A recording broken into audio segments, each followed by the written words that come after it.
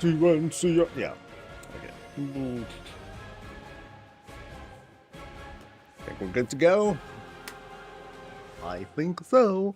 What is up, everyone? This is Do Coffee with Soul. I'm your host. We're gonna chat. We're gonna talk. We're gonna see if I can make some bracers real quick for low life. Okay, low life. We'll check our vault. See if we got anything cool in the vaults. I did get some. I did do some 10s again because now I want to. Because now I'm like, oh, okay, I'm motivated to like use these rolls on like things. So you know, off I go. What's this? This is a myth trinket. Your spells and abilities have a chance to awaken a soul within the vessel. Each soul you call can increase your strength by 30 to 1 minute. Mastery. Fuck. Why? Anything else better? Okay, so here I got a waste, which is haste first. What's with the non-crit stuff? Maybe I should just like I've been having like the hardest time getting like crit haste stuff. So and then that's whatever. This is a thing that is nope. I have a mythic thing now, and that is not haste. Okay, so Vessel of Tortured Souls. Is that any... I'll hold off on that. I'm gonna hold off on the vault thing. If it stinks, then I'll pick up a, you know, the roll token, and then we'll see how it goes from there. First off, though, let me pick up stuff. Let's see, what are we getting today? We're going to do participate in neighborhood endeavors and collect coupons.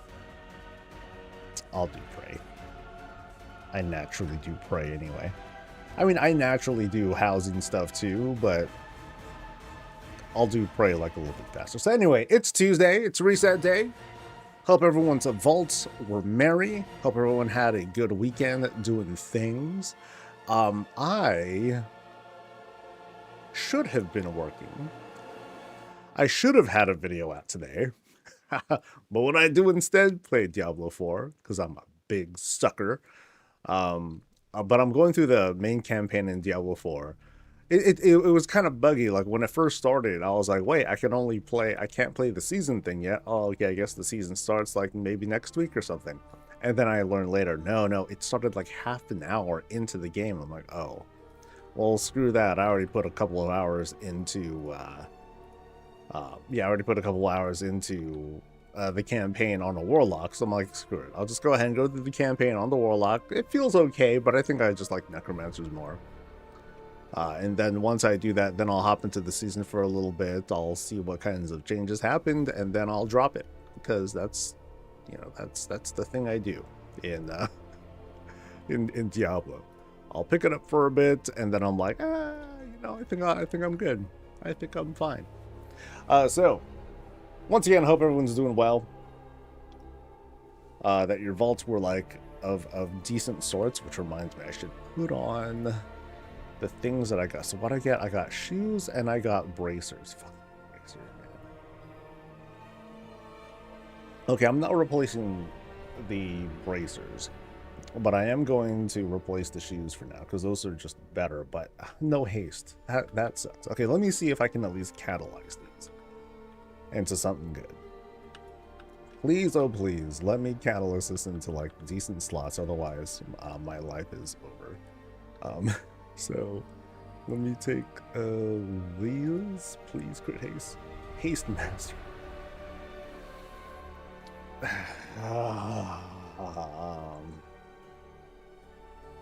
Fine.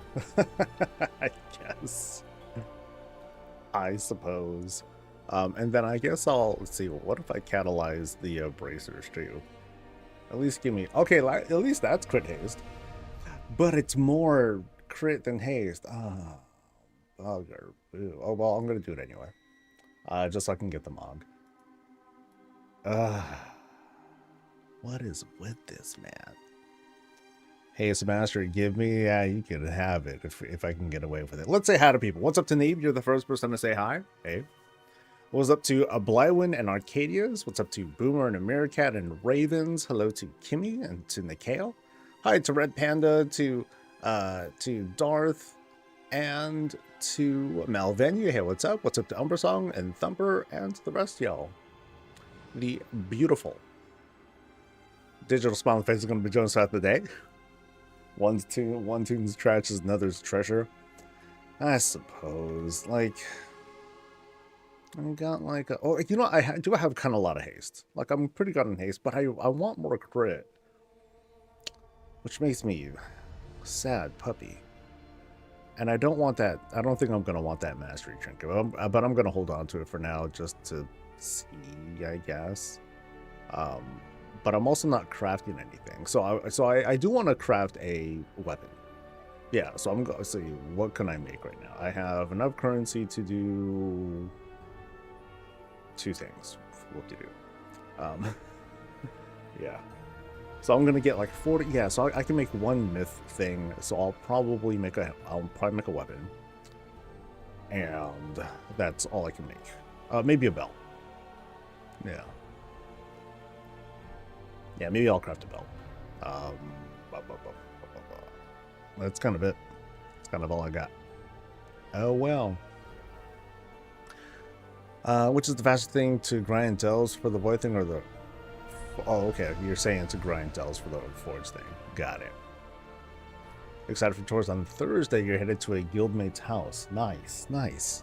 Yeah, so we got a full round of 15 folks we'll be visiting. We're going to start with EU folks. I'm just here on US rounds because well, come on, it's reset day. I at least want to like see what's good. And it's just like, it's okay. It's just okay.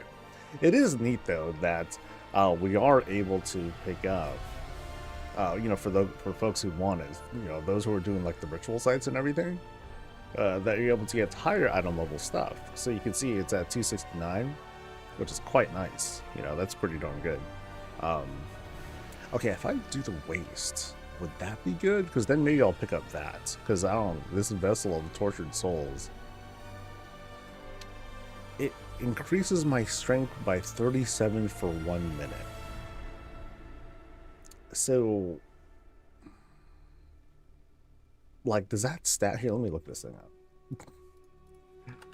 Vessel of tortured souls. How does this work?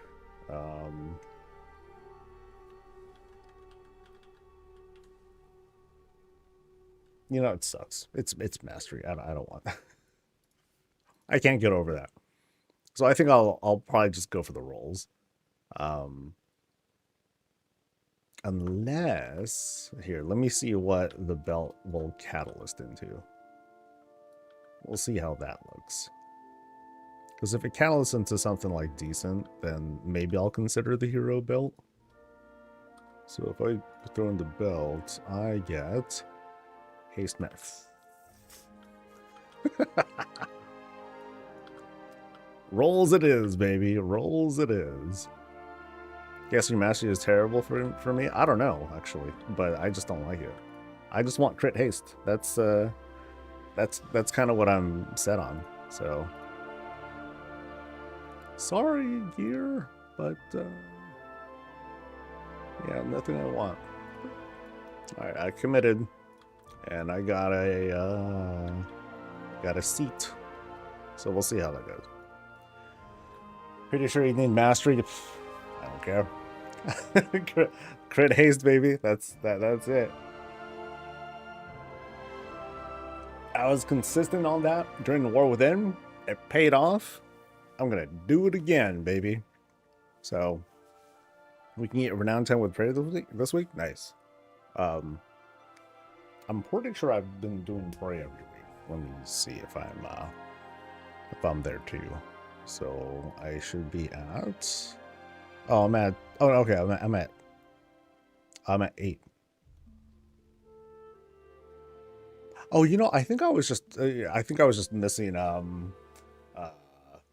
think I've been only doing like 3 pray. That's probably why. Oh well, it's all good. I have what until like August, something like that, you know.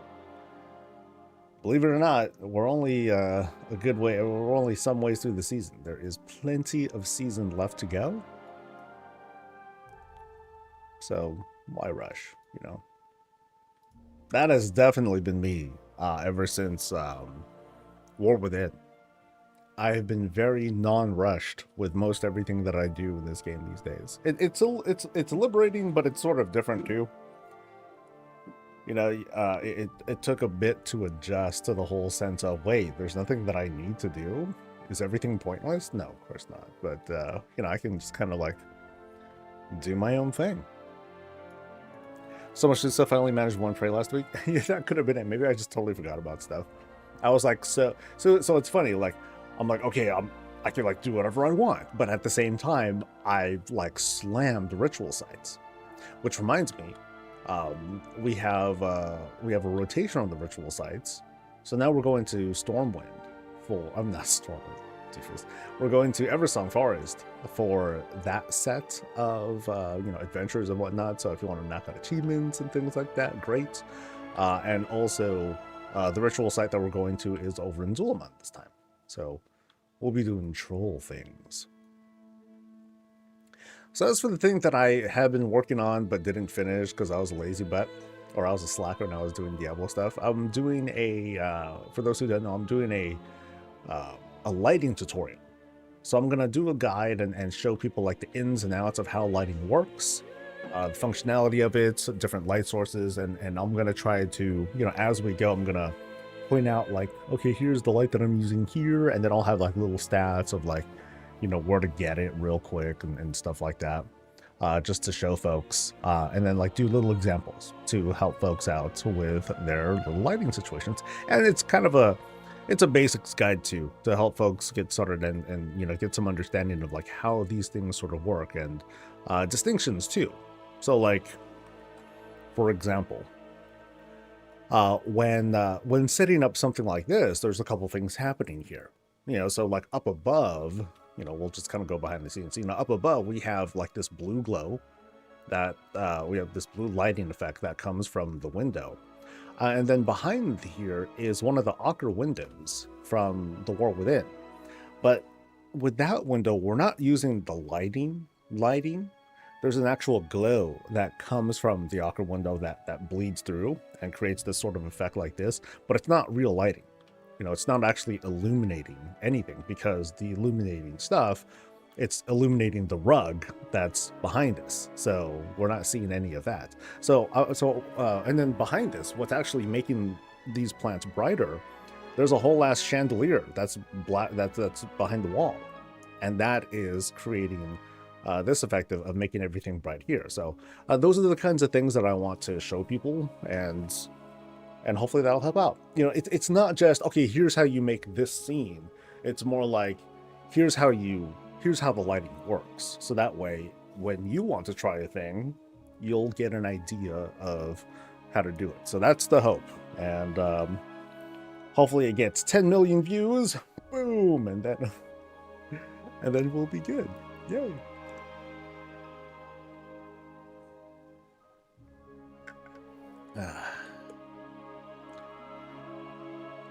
First time I request to funny stuff, some achievements, request to core hunt and solo content. I'm glad it's available, so that there's so much available now. Yeah, there's been lots of conversations going on like over the past week or so, you know, with the patch launch and how like shoddy it was and how messy it's been, and things are still being fixed, but there's also like lots of little things being found. So you have that whole death from 1,000 cuts sort of thing. You know, and you know, bugs suck. You know, no one likes bugs. We don't like bugs. They don't like bugs. It happens. Whatever.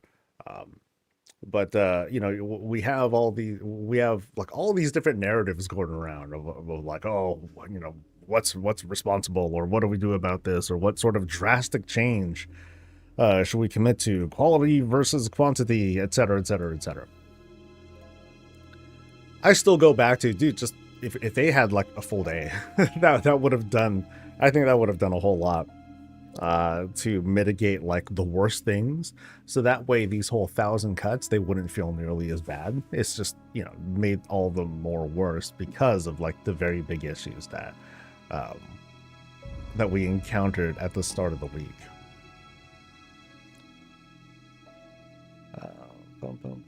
what's that? Pug rating and toxicity created so much anxiety for me that I almost quit. Wow, that sucks. No one likes that. 8-week games with additional 2-week real testing.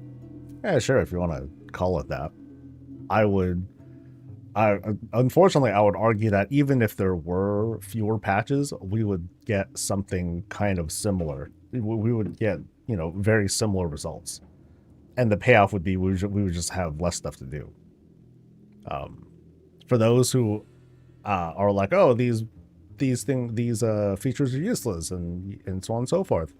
I want to think back historically. When have we seen like mid-patch things that are like, oh my god, these are like super bangers? Because we just didn't. We just didn't get these small events. They always had to feel like this. They always had to feel like this very impactful thing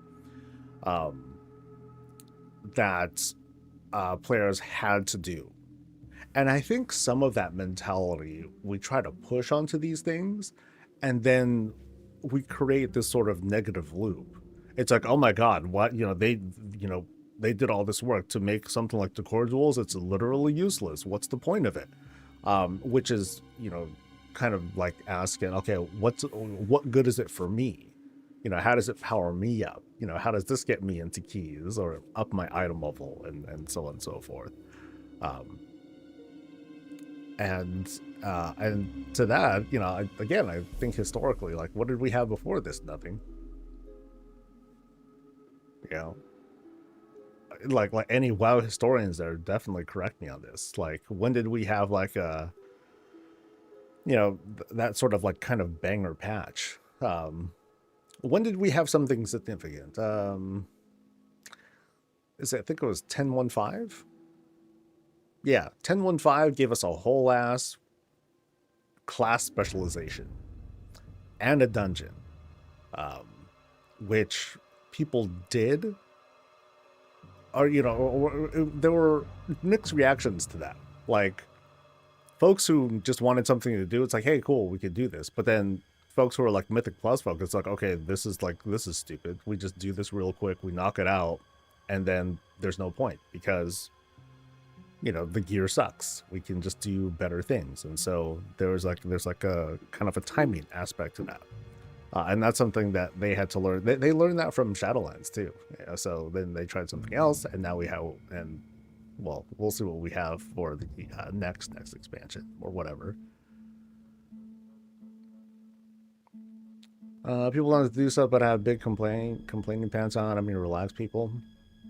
I mean, I'll there's no defending like the bugs and stuff like that. That's shit. But like, folks are like attacking like features and whatnot, and I would say like comparing the slate of activities that we have here versus how things went with the World Within. So for those who remember that, because that was a long time ago now, we had features and they were time gated and people were pissed. They're like, oh my god, why don't you just have that have this at the start of the patch? Blizz, how dare you time gate our stuff, Blizz, yada yada yada. And so here we are today. It's cool, we'll just slam them all. We'll just, we'll throw down the gauntlet. Here you go, guys. And this is what we got. This is exactly what people wanted. So, like, what now? What do we do? Is it a not like this Blizz kind of thing? I don't know. But like I usually say, we just shift our complaints from one thing to another. We're shifting seeds, whatever turn of phrase you want to use for it, and it never ends. So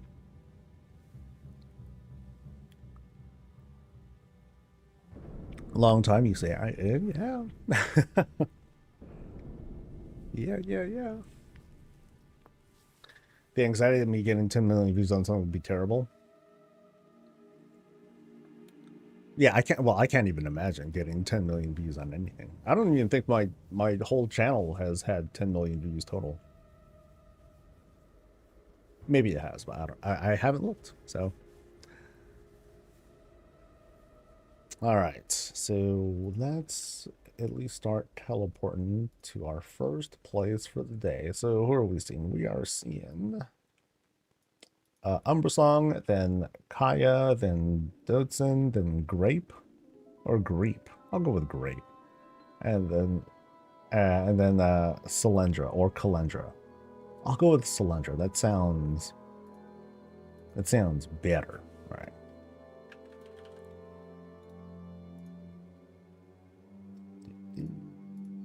A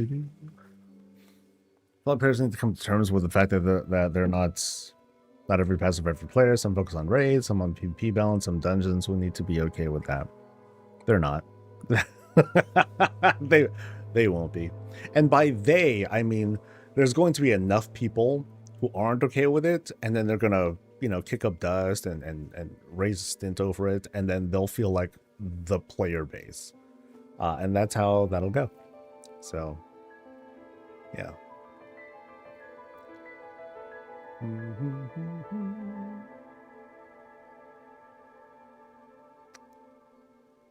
Not sure I've seen anything with 10 million views, minus music video things. Oh yeah, music videos, that'll do it. But what, have I seen anything with 10 million? No, not really. Yeah. No weekly neighborhood quest for my guild this. Oh, I haven't looked. I did not notice. I was looking under the little pavilion tent thing, and then I dipped out real quick. So yeah. Did anyone see anything there? I missed it. I must have totally missed it.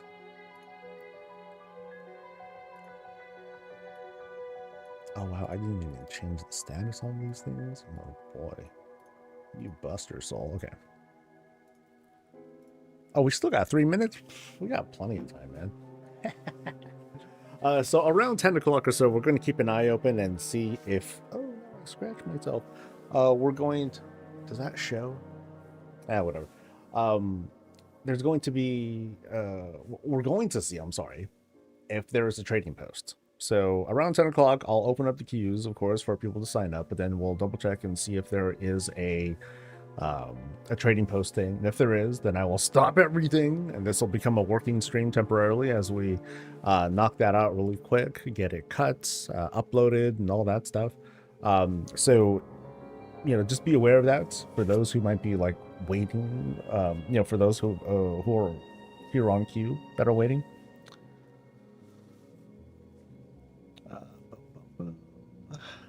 That's 20 fewer heroic crests. It depends, for folks who do like pray, you'll get them automatically. I would say. So I wonder, what is the difference? So if you are crest capped, those 20 heroic crests, what does that translate to? I don't think it translates to 500, because that's what it means to me. Like turning in that quest. If you turn it in at the end of the week, then you'll probably get lower rank crests, or you would get Marl or something like that. But it depends on how you play. If you don't do a whole lot of PvE stuff or like season stuff that gets you crest, then okay, that's a different story. But that's what I've been going for. In fact, at least over on US realms, the runes, they go for a little bit more now. So if you want gold, you could just opt to get the, I think, 2 runes that you get, and I think they're worth like 800 or so gold right now. So it's not bad. It's not bad. Yeah, you max out hero crest real fast. Something that one of my guildmates Fel pointed out was he hopes that they don't lift the crest cap in a couple weeks. It's guesstimated that that's going to happen. We don't have confirmation that it'll actually happen. I'm just kind of making a historical reference there. But because there is a crest cap, you get Marl instead. If the crest cap is lifted, you don't get Marl anymore. So one of the other hopes that he had was, okay, I hope I can trade crest for Marl, because that's all I would really do with them. I'm like, that's not a bad idea. That'd be kind of cool. I'm curious, how does one go having their house suite? There's a link below. You'll see the big dub And then there's a link to sign up. The queue's full right now, but the queue will open up at 10 a.m. So it'll open up in about 1 hour. Then you can sign up, and that's it. Spots sort of fill up fast. They fill up within like 2 or 3 days at the most, sometimes faster. So just keep an eye out for that and plan around it. What's up, Trey? Hope you're doing well. All right. I think we're about ready to get started. Yay. All right. Nice growth going on over on the Around Azeroth channel, by the way. You know, it's popping. It's a little baby popping. So I appreciate folks who were going in and visiting, and especially folks who might have missed visits and all that. There's just so many to go through. I'm sort of like, I'm trying my best to go through visits, or I should just stop and just call them tours, because it's not taken off. No one cares about calling them visits. Anyway, I should take those. I've been taking those and trying to upload things that are like older, like, hey, this is from like wave, this is like a retro look, or from at the start of early access, and then here's something more recent. And I've been trying to mix those up as best as I can. But it's impossible, because I do way more tours than there are days out of the week. So that's a thing. All right, I think we are just about good to go. One sanity check on my hard drive space. Ooh, we are bad. Oh shit. Really? Oh no. Okay, I'll need a few extra minutes then to move stuff. Sorry. I could have swore I moved like hella stuff. So that's 28th. And then I'll just take all this stuff here. And off it goes. Ugh, that's annoying. All right, so I'll need a few extra minutes. Oh, is the first thing business when hyping you? Yeah, no, I appreciate it. And to me, that makes a lot more sense. I hardly ever, I'd say out of all the visits that I do, 1 out of 20 of them, yeah, fewer than that maybe, are ones where I'm actually directed. Someone actually takes me on a tour and they show me things. And it's cool to do.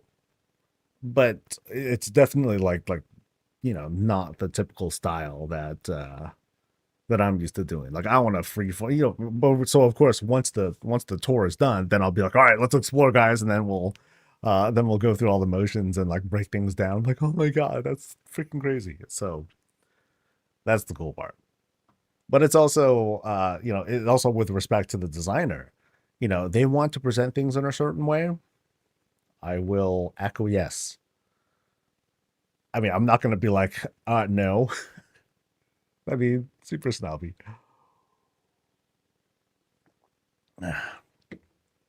One thing that I haven't seen, and maybe you could help me out with this, like, I try keeping an eye out for like those group visits or whatever, where someone just opens up a thing on Group Finder.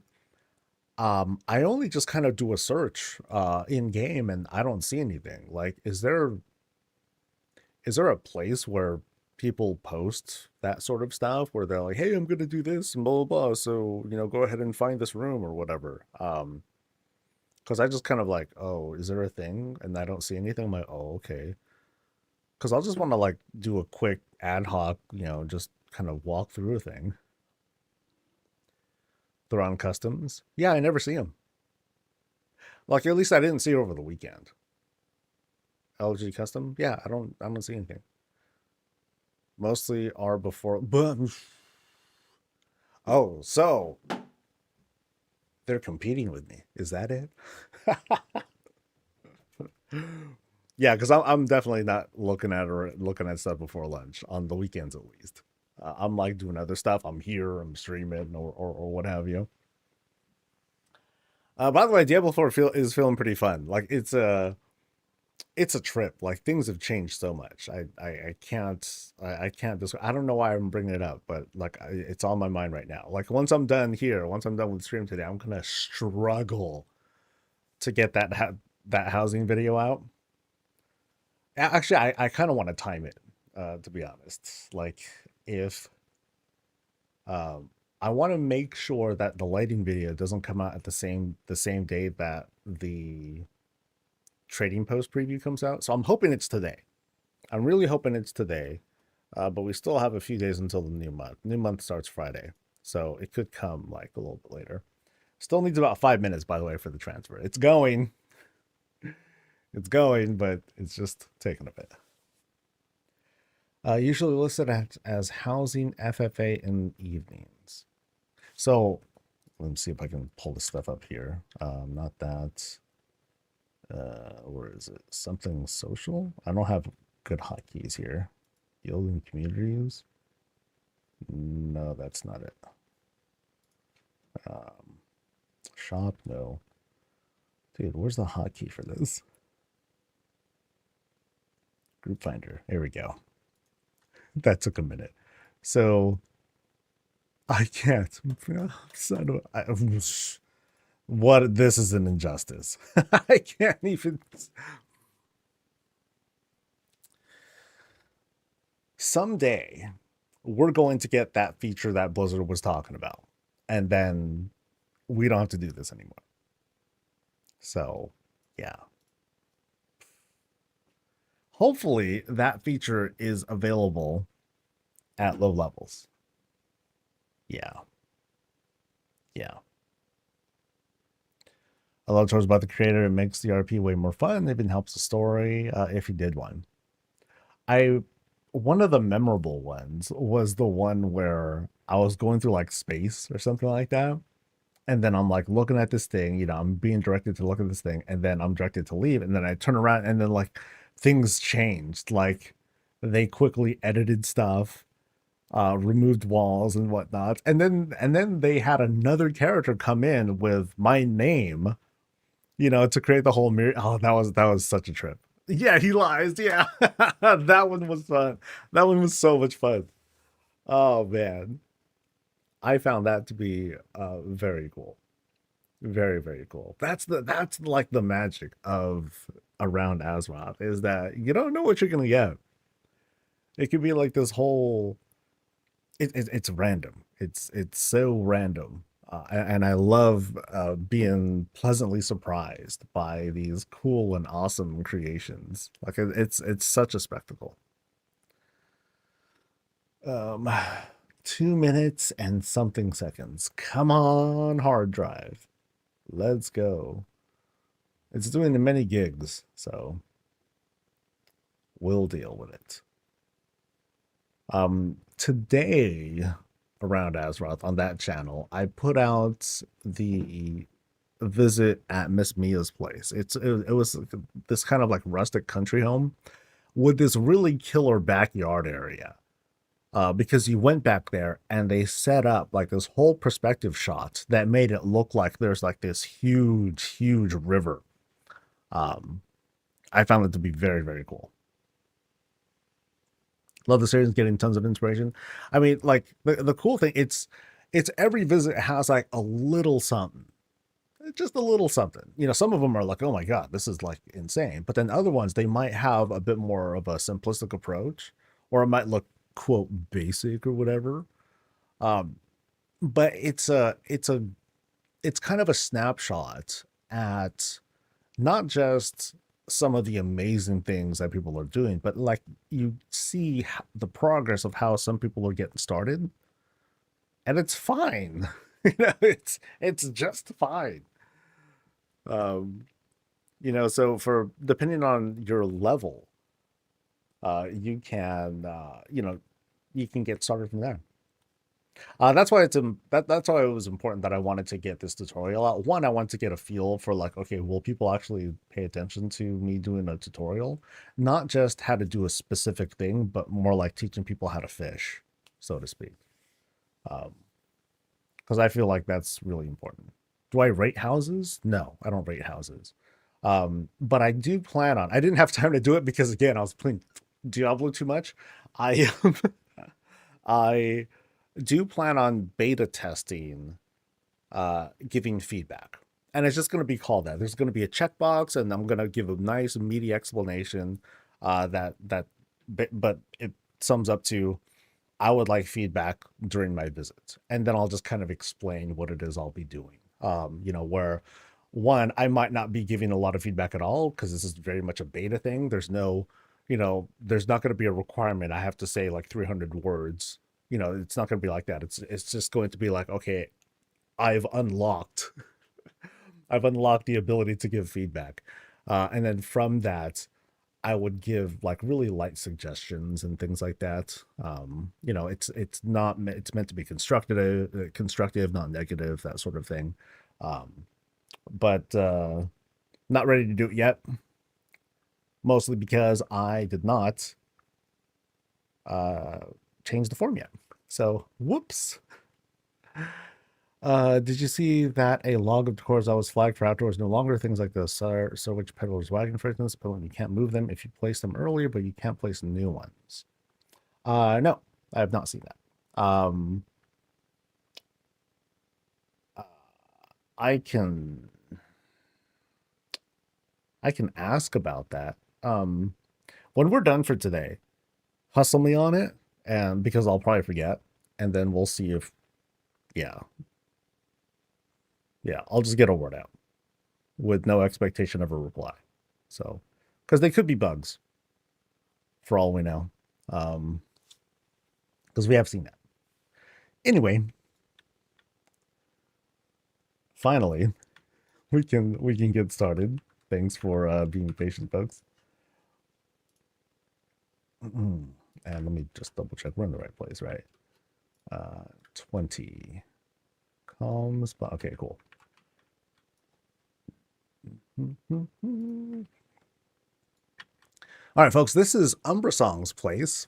We're over in the spooky part of Founders, and immediately we have like this totally has the vibe of the area like next to Brill, close to Undercity. Even like the lighting and all that, I feel like that's sort of being set up. But what we're seeing here is what feels like, a flight point tower. Because you have the lower elevation, higher elevation. At some point, the big old goblin zeppelin will come by. Just kidding, they don't do that anymore. You just have portals, and then like that's pretty much it. So what we have here, we have this sort of like dilapidated look to it. Loving it already. Busted walls, things aren't looking so great, or if anything, they've been unkept. The passage of time has not been kind to this place because someone didn't plant their walls deep enough, and so now they're like sinking in, which is just terrible. Behind here, though, we have this crypt sort of thing set up. We just have some loam soil. We have some beams to just have like grave markers. That's about it. We have a sort of like exposed backside. Most of what we're looking at is, comprised of that tower. So we'll take a look at that in a bit. And then on the side here, they just have like this kind of attachments sort of set up. But it's also been boulderized, as in, it's just kind of like this ruined space. The topper of the house, it's been replaced a bit by these, looks like tents. Because we see like those hook things over there. Actually, no. One tent. Because those are the hooks that are for that tent. All right, so let's take a look at this tower of sorts. So it's the kind of tower, it's the kind of setup where it wasn't meant to be climbed, so not like the OG one over in Brill. But we do have here, let me just land here real quick. But we do have this full setup here. And it looks pretty accurate. It has all the shaping right. You know what I mean? You have your razor wind bar tables being set up. And then up top, you have a wagon to act as the topper. Yeah. Like I said, it's the shaping is great. You have this instantly recognizable thing for those who are familiar with the Undercity and WoW and whatnot. It's like, oh, I know what that is, right away. That's how I'm taking it, at least. Right up front, we have one more wagon to set up the whole door. Right through this rogue flag, and then we're pretty much climbing into the wagon too. You can kind of see, you can sort of see here. And then beyond that ruined boulder right there, we kind of squeeze our way inside. Beg your pardon, the floors are still a bit buggy because of the patch. It's all right.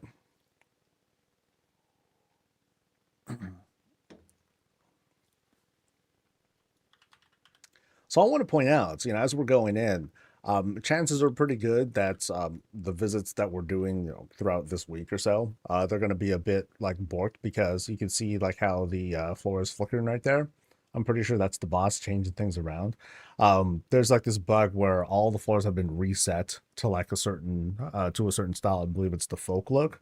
So we'll just keep that in mind and let ourselves just kind of like we'll just kind of gloss over that, right? It is a bug though, and it's expected to be fixed at some point. But as we come in, we already have like this really tight look, right? So we kind of like make our way in. We run into this immediate sort of like laboratory setup. We have our ingredients back here. We got delicious green soup and a lovely glow to go with it. I think it's coming from that sconce as well. But yeah, immediate like small lab, which is like, okay, they want to come in here. They want to get straight to work. You know what I mean? But again, note the low ceiling. But there's also like some cool detail up here. There's like some candle work that's set up there. Oh, on both sides here too. Also note how the beams are set up in like this kind of like this, not dilapidated, but like this complicated setup. And then right here, you can see the actual roof of this particular room. But yeah, you have like this, like I said, it's a really like tight space that they're setting up here. So we make our way into this other kind of a processing room, not a morgue. It's more like processing that's happening over here. But we're also making drinks. This is an experimental bar. It's like, what happens when we take like this alcohol and like these spritzers and like coffee and what have you? We get bodies. Yeah, we get dead people. So that's probably it. So from here, I think this is the previous room, or is this just like some dilapidation again? So let me go around here. Yeah, so it looks like that's just a kind of a messed up closet space or like a piece of furniture that's been like shoved aside. But yeah, very windy, very tight. And then we make our way through. So notice the lighting. The lighting has been dimmed, and so we're kind of at the mercy of whatever lighting has been made available. So sorry if things seem a little bit dark, but that's okay. That's the kind of vibe we're trying to get here. We're going through now this sort of underground spots, and you can see like the very light illumination coming from this source over here. We'll go under this sort of upside down acacia tree and into a morgue. Oh, no, a crypt. A very big crypt. Ooh. So check out how this is set up. So we have some walls being set up here, multiple walls there, but also these Gilnean walls that are providing most of the big shaping here. You see here as a floor trim and kind of a ceiling trim here. And we're going to probably see that for a little while. Love the debris work too. Good use of, rocks of different sizes as well as paving stones to set up that vibe.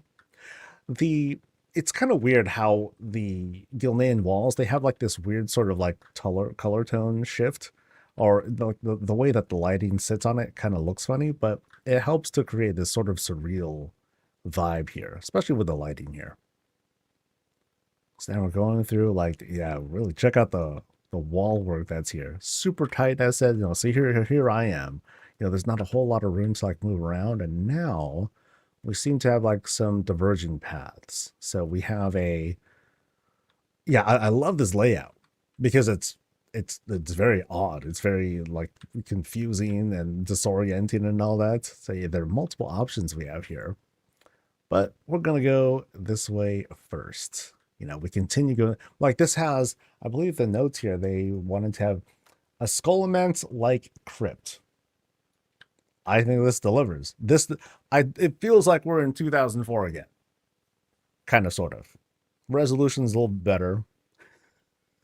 You know, textures are a little bit sharper, but it definitely has that feel. So great job of setting that theme. And did they just open the door? Did I click that? The heck? Okay, I'm pretty sure I clicked that because that was kind of creepy. So we go through like this next crypt sort of room. Yeah, and like there's lots of different decor being used to dress these spots.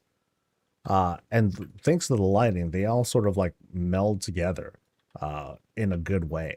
So notice here you have like these color tones that are like a little bit different, but it's hard to tell. You know, it makes it not really a big deal. And then you have these other subtle glows coming from that light source, coming from like I think there's like a candle there too. Yeah, again, really creepy, but also really neat. All right, so there's a shroud there. Here might be a dead end. And then here we have like this kind of special spots for a dead statue. Oh, poor statue. May they rest in peace. Oh, but that's cool. You have a place to kneel to like say what's up to our little statue friend. Yeah, I'll take this very lightheartedly too. But now let's go through this shroud here. Now it kind of opens up a little bit. You know, we're still in this like very ruined spot.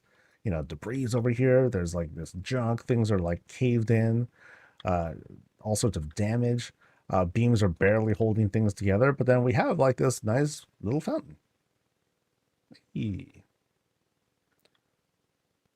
So it's a nice, it's one nice bright little spot. A little bit of a break from the action we've been seeing up until this point. So I don't think there's anything special back here, is there? No, doesn't look like it. So let's kind of meander our way back. Yeah, the Gilnean walls are not that expensive, but, you know, really good use of them. And it's the fact that they're not expensive that you can just go nuts with them. And there are things we can forgive too, like here, like we see like some sort of like clipping going on, but then we're seeing like just like this huge mess overall. And so all of that we just can very easily overlook. All right, so we went through this path. And so I came from here. Now we're going to the right, so to speak. And again, you can see like how like these beams and pillars are barely holding things together. Up above, you have dirt as well. Yeah, so like this kind of like hardened dirt that really wants to fall, but it's not, thankfully. All right, so we got kind of a path that way, and then let me look here. Let's see what's going on this way. Because this looks like a kind of like a closed off spot. Just kidding. So that's a closed off spot. We just have some coffin work going over there. Dude, this is a very occupied crypt. Yeah, there's a lot going on here. Wow. And now let's go to this spot. So some sort of work is happening here. Someone is relaxing. Someone's like, I'll take a break here. It's all good. Yeah, neat. But now, okay, now we're encountering like this kind of like mysterious growth. And these aren't your normal greens, especially in a spot like this. You know, this definitely has kind of like the Scourge Plague sort of vibe to it, right? So it's like, oh, Herondar, it's so pretty and pleasant. There's a way you can shift these vibes into something that's a lot more creepy overall. Yeah, so here you have like these Herondar greens that are like leaking in, trying to invade, but then now we kind of like break from that. So that's kind of a themed room, but we're going through like this blasted out area. Again, check out the debris work here. All sorts of like dilapidated walls and just garbage. Now we're sort of like trying to navigate our way through all this debris, upturned things, coffins, lids are just flying all over the place. And then through the cleansing fire, nice and safe. Go around here. And I'm not sure. And then I think we're climbing. I think we're climbing. Yeah. Ooh, great. Dude, this layout is crazy. And especially the vibe. Ooh, man. Really good work. Really, really good work. I'm climbing up beams. I'm climbing up pillars. There's like upside down stuff. Yeah. All of a sudden, we're upside down. Yeah, so here's some light sources. And then there's like a table and a book. Oh, what is going on? Ooh, oh, that's really neat. Really. And then what's here? Are those chains? Yeah. Ooh, okay. Yeah, so there's creepy stuff back there, and opening that door does not produce anything pleasant at all. Can I close that door? Nope. I'm just gonna move on instead then. All right, so we climb up through here, and then I don't know.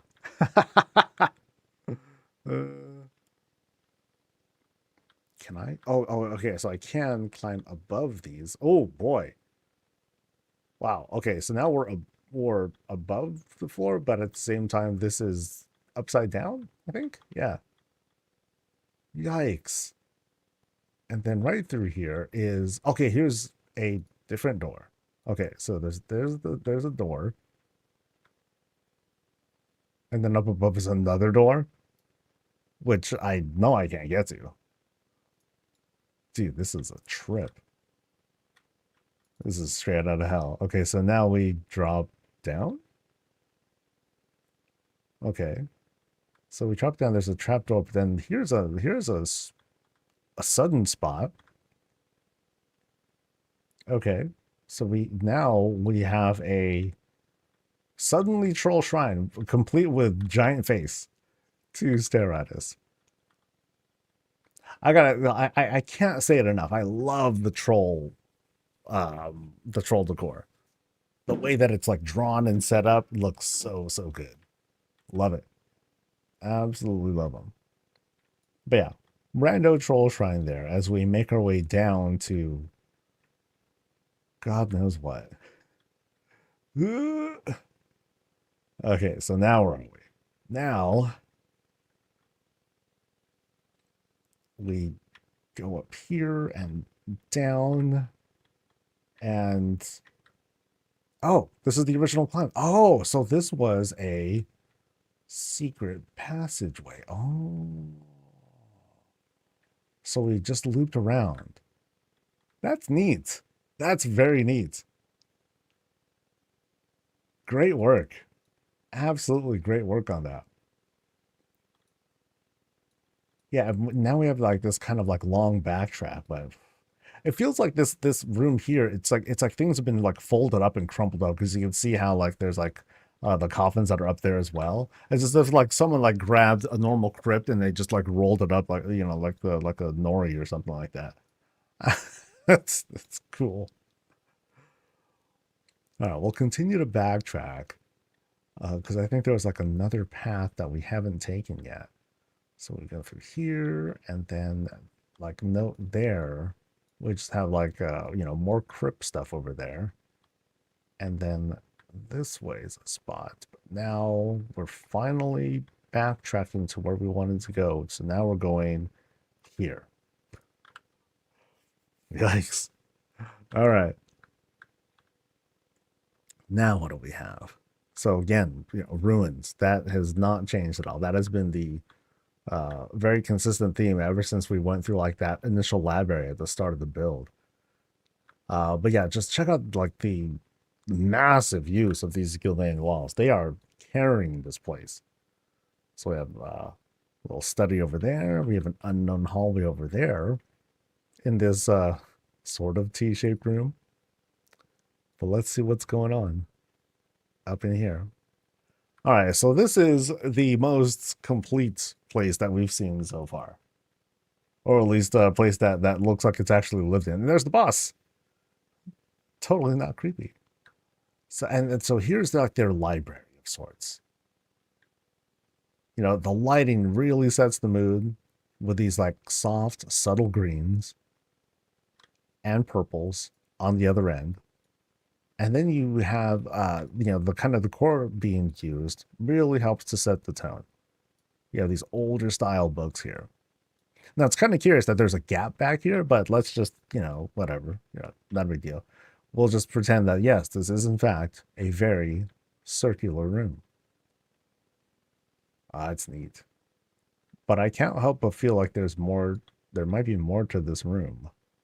So let's explore just a little bit more. Like I didn't see any obvious shelf, but I'm not sure if I'm meant to like try and explore like behind these sort of like giant bookshelf pillars. Because note how you have these Gildan walls, and then above it you have, you know, here's like the bookshelves and stuff. So yeah, I don't happen to see any secrets here, which is okay. It's simply a very nice room. So we can go with that for now. And maybe we'll come back here in case the boss is like, nope, you missed something. I'm like, okay, dang it. But I almost feel like there should be something here. All right. We'll go to the other side though. From now. For now. So I'll take the other path through this T-shaped room. Oh, so good, dude. So good. What's cool is that, you know, it's not relying on a bunch of like small details to create this vibe. You just have like these bigger shapes, you know, like I said, Gillian walls, pillars, beams. That's largely it. Oh, and then coffins as well. And then here you have like the walls on the side, and this otherwise what looks like it's just a T-shaped room, but they skinned it really hard. And then there's like some rocks here too. Some foliage there. I know for me it's like I go like way too detailed. Like I want to add like tons of little debris and spider webs and all this other stuff. And boy, that starts to eat up budget, you know? And that's biting me in the butt. Here though, we have like this, we have good use of space by using like these larger pieces without lots of those smaller details, because it just allows for like very expansive builds like this. So let's explore like kind of what's going on in these sort of half rooms here. So we have like this kind of storage area, lots of candle work being done there. And then on this other end, still in the crypt area, you know, more storage stuff in this room. But it's actually kind of a, you know, this has a certain town hall kind of vibe, right? You know, they climb up here, they sort of do their thing, they read over the stuff. You know, there's some folks that are either sitting or working or whatnot. And then here's an upside down thing that I'm compelled to look at, but I'm going to hold off on that because I wanted to explore the left side first. Yeah, nice little platform over there. So we're going to go to this side, back again. And then there's a bit to explore here. So first is this. Oh, this looks creepy. Now we saw like the boss's room. There's like a whole library sort of thing. The presentation on this is awesome. I love that, especially because you have like a little bit of glow that, you know, you have like a backlight basically. That's neat. So over in this room, we got some like laboratory experiments and whatnot happening here. You know, experimenting with like the funny growth, corpses, I'm sure. But yeah, lots of studying like that weird growth that was coming through. And then here, what is this? This is an object. Yeah. I don't know what it's supposed to be. Not a table, because the table's filled with like a cage or something. I don't know. But it looks hella cool. It's just neat. It's like, yo, guys, check out the thing. Ooh, it's a cool thing. I don't know what it is, but that's a cool thing, right? That's awesome. And all the kinds of these, we got warlock stuff, we got demon hunter stuff on the side. Folks are up to, let's go with no good as is the answer to that. Okay, so now we're going through like this sort of secret passageway. It's very, very dark here. Very cavey, very minimal lighting. And oh boy. Dude, we are not done yet. What kind of crazy place is this? So a little bit of technology coming through. Again, with the walls, we have this little control panel to like take us into the next dimension. Yeah. All right. So where's this going to take us? It's going to take us to a house, sort of. Okay, so back here, dark portal, very dressed up, almost intimate. But now, yeah, vibe has changed a lot. So we're no longer in ruins, right? So we're sort of going backwards here. Now we're in this sort of like Venthyr styled home. And this almost looks like the foyer, like the actual entrance to the place. Like here there is no real door. This is the only way in. And that kind of fits with some of that Venthyr style. So let's do this climb now. We'll see what's going on up here in this stairwell room. Because there's kind of a lot. There's like some, oh boy, this like sort of void energy harnessing thing happening over here. At least one of these void balls is being used to very dramatic effect. Really cool looking. Yeah, and piping is going along here towards the top. These beams are being used as supports of sorts. Chain, yeah, it's very creepy looking. It's like I'm no longer in this ruined area, but do I feel safe? Nope, not at all. Ooh. And then now we venture into this bedroom at last. So it turns out there is a house inside this crypt. Here's our place to sleep. And yeah, check out how it's skinned. So here, I'm going to back up some, right? This is a transition from the stairwell room to another room. You can kind of see the floor down there. But you can also see here, like, it's skinned, carpets here, and then we have a whole bunch of beams that are being set up. We go up this platform, step 1, step 2, and then we have Gilnean walls lined up all across here to create this raised bed area. Complete with, oh boy, with Kool-Aid. Yeah. Kool-Aid on the side. So it's like, yo, I'm going to sleep. I'm going to wake up. I'm going to have myself a delicious drink. Slurp, slurp, slurp. Take that. Wipe my mouth clean. Good to go. See, there's the bottle of the stuff,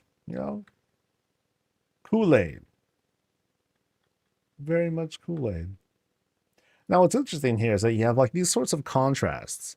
Now, again, it's kind of a Venthyr spot, but you do have some growth. You have some greens, but they're very selective on the greens. You have some little bits of contrast here too, with these brighter blues, which is helping to build what looks like a funny bathtub. Okay, a red bathtub. Some more Kool-Aid. Awesome. This appears to be using the Dorngola hot tub, but you have a rug down there to, skin it red, make it nice and lovely. Love how the place is like filled up. Even like this huge like troll temple fountain made a very good use. Everything's filled up. Not so much up top here, but the fact that we have the Cinderai paneling up here in this room fits really, really good. Really good.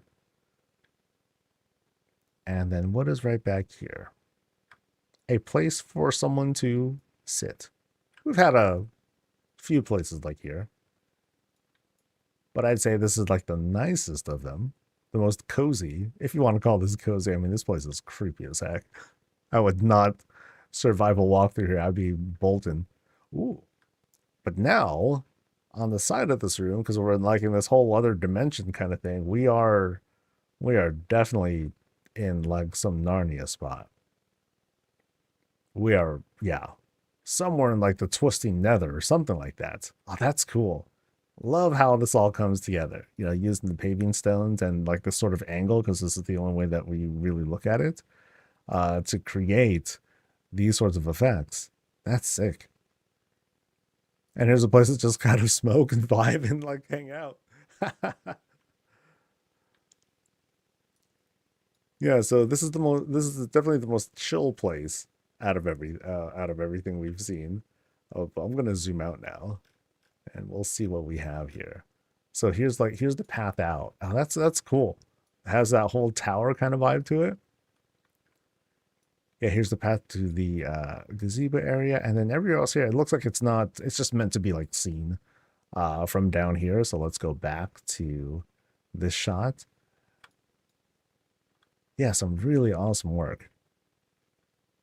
I mean, I'd love to know what's up there, but I don't think I'll be able to get a good peek of that. Yeah. I'm gonna have to get like really lucky with like my camera angles if I want any hope of seeing like what's above that. But I don't think we're meant to. It just feels like we are in this like other ruined part of this dimension. Sure. Cool. Very, very cool. We ain't done yet either. You know, we're still going. So I'm gonna backtrack some. We're gonna run back through the vent there spots. I just barely noticed that this is a kind of a fountainy spot too.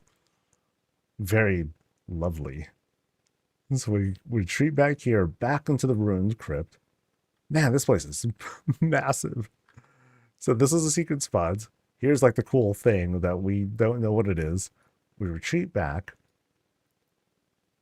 Boom. And now we're back at kind of this spot. So now we're going to go, I think, this way. So again, we've returned to the crypt area and we're going to continue trying to explore and see the rest of this. Hey, look, place for drinks. That's totally safe. Fine. Here we have a door that leads us to nothing. Actually, no, this is a prison cell. Yeah, so someone got locked up in here. Sucks for them. And then through here is a secret, which is, oh, this is the place that we saw. Okay. Okay, so we were here. And it just happened to be a secret. Okay. Interesting. All right. And now I believe we're going through here. I think this is...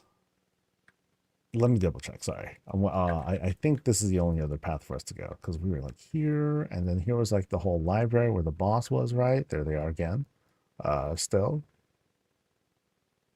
Okay, so now we're going here. And then here. And here, I think. Okay. And that was a prison thing. Okay, so here we are. All right. I think we got it. So now we climb up these walls apparently. So we're climbing up these wall sets here. Very cool use of making these work too. And then we have this full Death Knight altar.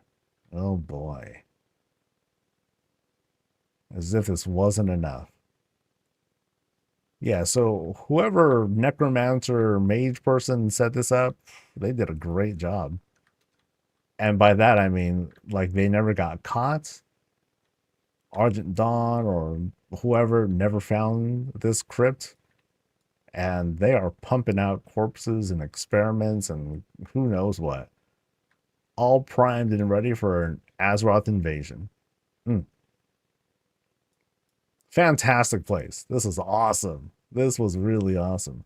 I can't even imagine just how much work went into walling up so much of the space. Like, I know I'm walking slow and everything, but it feels like we're covering so much ground and there's like so many of these walls that have been put out. That's crazy. Very cool. Very cool. Thanks for letting us visit. No, this really does pull off the whole Skull and Mance vibes. You know, it helps that they added like green, little bits of green here and there. just to have like little reminders all over the place of what sort of spot this is. Oh yeah. Nice. Nice, nice, nice, nice, nice. Yeah, I hope I didn't miss anything. I think I was pretty thorough. All right. So I think let's see, 15, it's 14 minutes till. I'm gonna wait. Or we'll head over to the next spot, but then we'll like hang for a bit and we'll wait for 10 o'clock to roll around.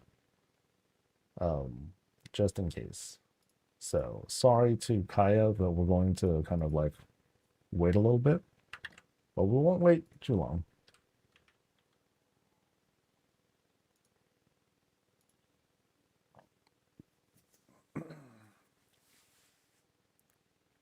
I do it because like the last thing I want to do is like pause a place in the middle of things that kind of like disturbs the vibe a little bit. And I don't want to rush either. It looks like this is a pretty big build, and I don't want to be like, oh, let me hurry up so I can do a video. That's just Buster, right?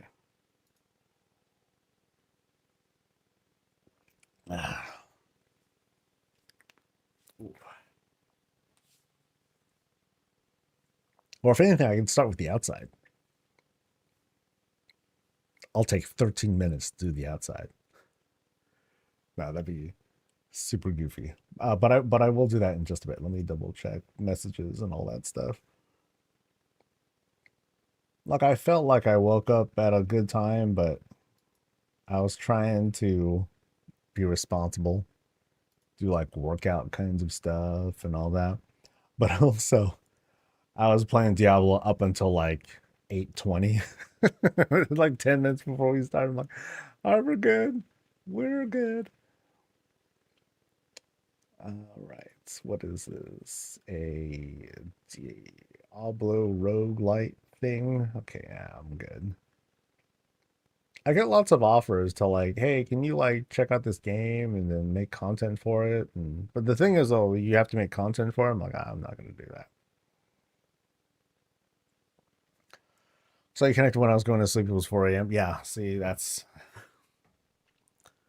sometimes I do a good job of hiding my BattleNet status. Most of the time, nope. I'm like, oh, sorry about that, guys.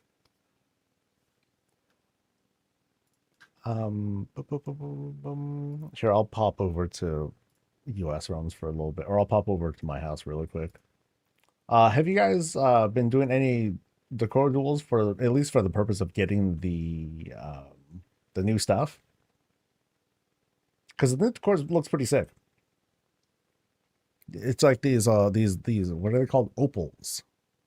These kinds of like ice cube looking things. They look pretty good. I'll close this for now.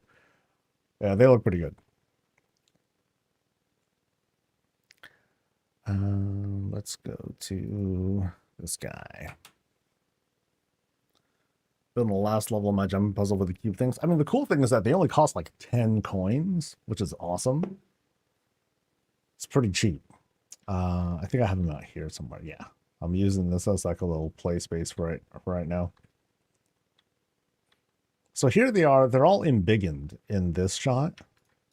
These are all set to 200%. So like the little diamond looking thing, like this is, you know, the smallest of them. But then you have like these big chunky dudes too. So, you know, you can definitely do a bit to play with these, turn them into like building blocks or whatnot, and then make like a big old structure if you wanted to.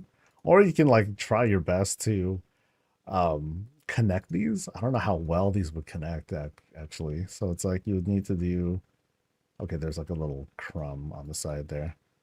So you need to like make the connection like this somehow and then have it fit.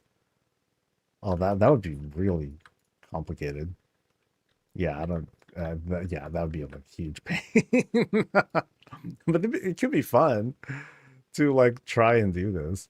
So it's like you would need to like have these like be spread out like just at the right angle, and then have it connect somehow. So like here, I think you can have these kind of kiss. So like boop, like that. I'll get these out of the way, and then I have like one more of these opals here.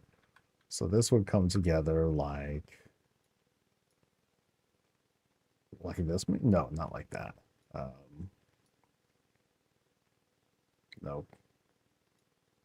No, actually, I think it'd have to be like this or something. Yeah. So there's like a third one, and then I don't have a fourth.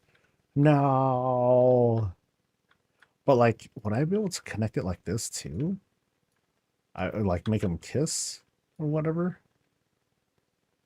I think I can, but it would take some effort to like make these into like a complete shape.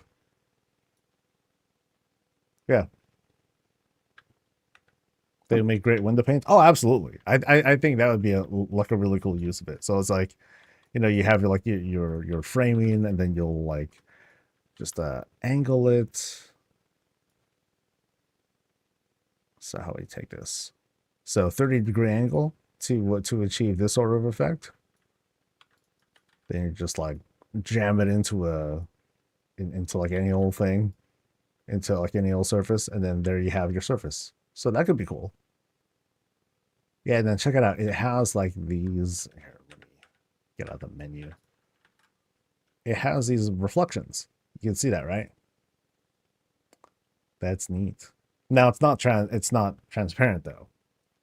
It is fully opaque, fully solid. So you're not really going to get anything out of that. But you have that cool shine. And does that work here with these two? Yeah, it works here as well. Yeah, you can have like a whole ice room, which would be really neat. So here, let me play with this idea real quick. So I'll get that out of the way, get that out of the way. I'll just stick with like the blocks for right now. So if we take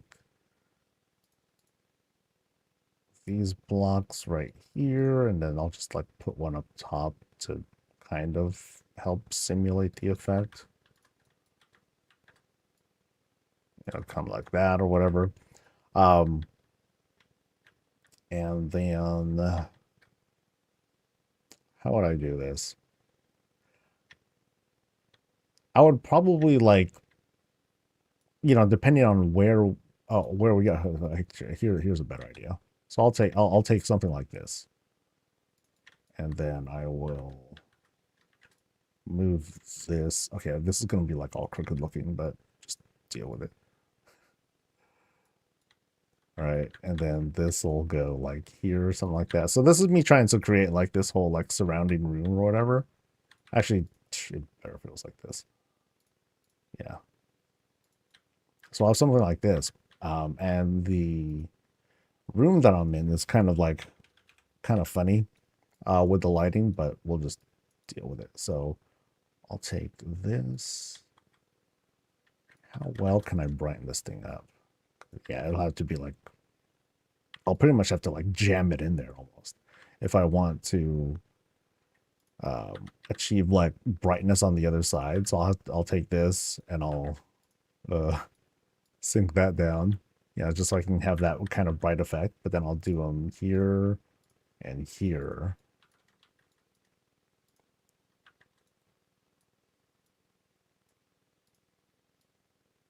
So if we wanted to have like the really bright room or something like that, that's how we could that's how we're gonna pull it off.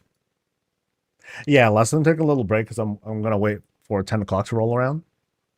So I can see if there's like a trading post update or whatnot.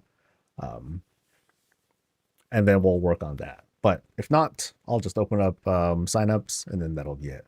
So yeah, this is gonna be kind of cool.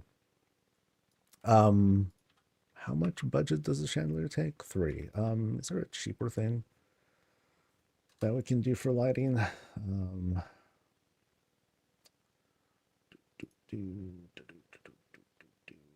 Let's see. Sanctum of Light. That's an easy one because this one's cheap, you know.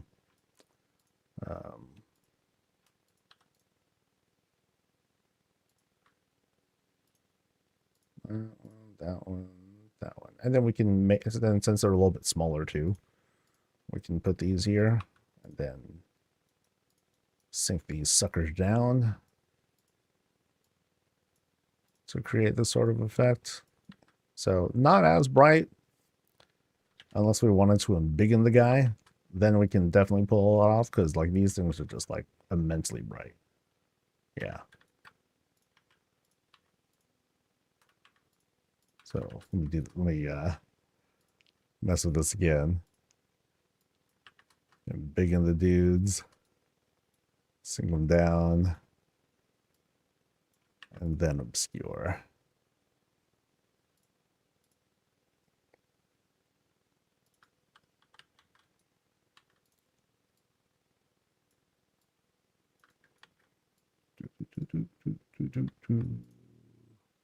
So yeah, you kind of get the idea. If you wanted to make like this whole ice room, yeah. That'd be neat. That would be pretty darn neat.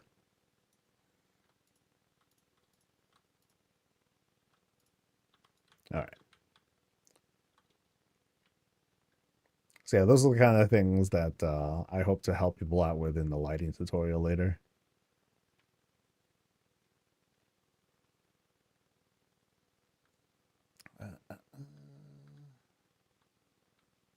And I think I do want to pick up a couple more statues. Like, if I can fit it, though. I'm really starting to, like, get in trouble with the budget here. So I might need to sacrifice rooms. This might be nothing. That might just be a wall. I still want to do the whole outdoor thing. And then this is, like, this outdoor spot. I wanted to have, like, one more side to it. But I think this would have been a park area. So I'll have to say that for later, because there's a lot of stuff that I want to fill out here to put a bit more life into the room. And I didn't even touch the kitchen yet. So I only have like this much stuff out. It's going to be mostly cups and that sort of stuff. And then I need to obscure these with, I don't know, objects. Shelves, crates, or something like that. I'll think of something. And then that'll be it. But I think that's going to take up like a significant enough amount of budget that I can't really do anything with this room. So I'll just put maybe I'll make a closet space, and I'll make some sunken shelves and just add more product or books or what have you there. And that'll be cool. Just another seating area. Yeah, that's what it'll probably be. So that should be nice and easy. And then I'll start decorating the rest of the stuff here. Oh, I only made some other small changes. Like instead of like the pillars, I just decided to, okay, I'll just make it this whole hanging thing instead. That way it's just holding those up instead of suspending them. And then I angled that in, and I'm like, okay, that works. It made this space feel a little crowded. So I think that sort of opens it up a little bit. 2 minutes until the thing. Let me play with those ice things again, though. Opal.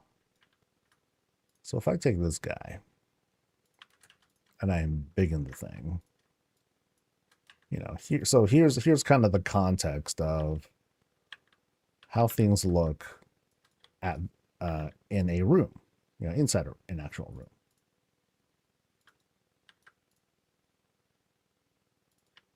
It's kind of funny, but there we go. So I'll take this and just merp. Oh, actually.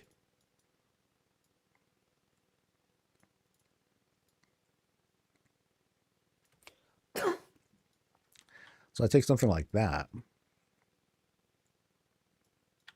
That's kind of cool.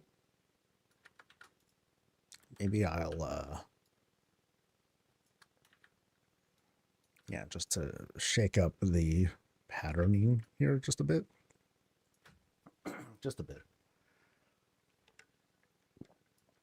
There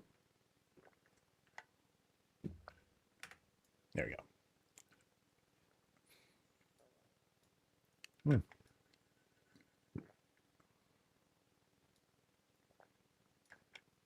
And like people are going to take these opals and just like how they'll take windows, like the ochre windows or the elven windows, they'll make some ridiculous pattern around it.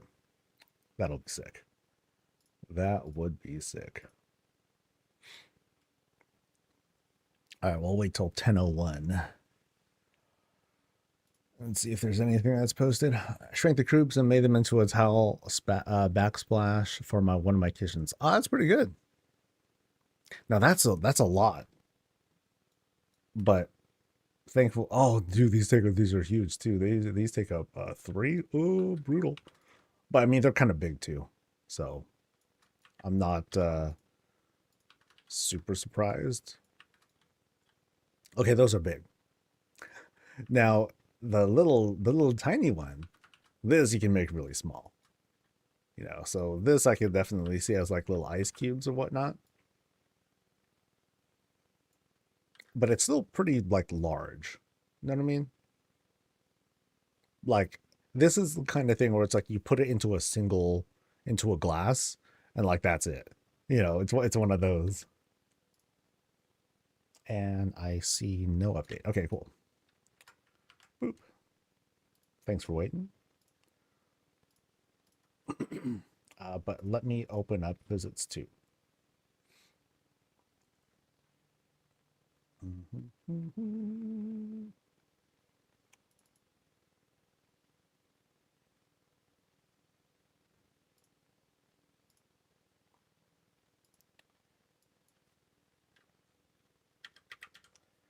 And we are good to go. We are open for signups.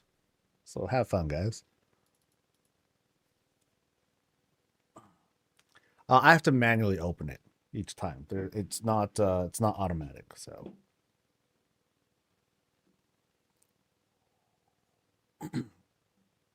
another reason why, preferably, if I'm not doing anything, that'll help. So okay.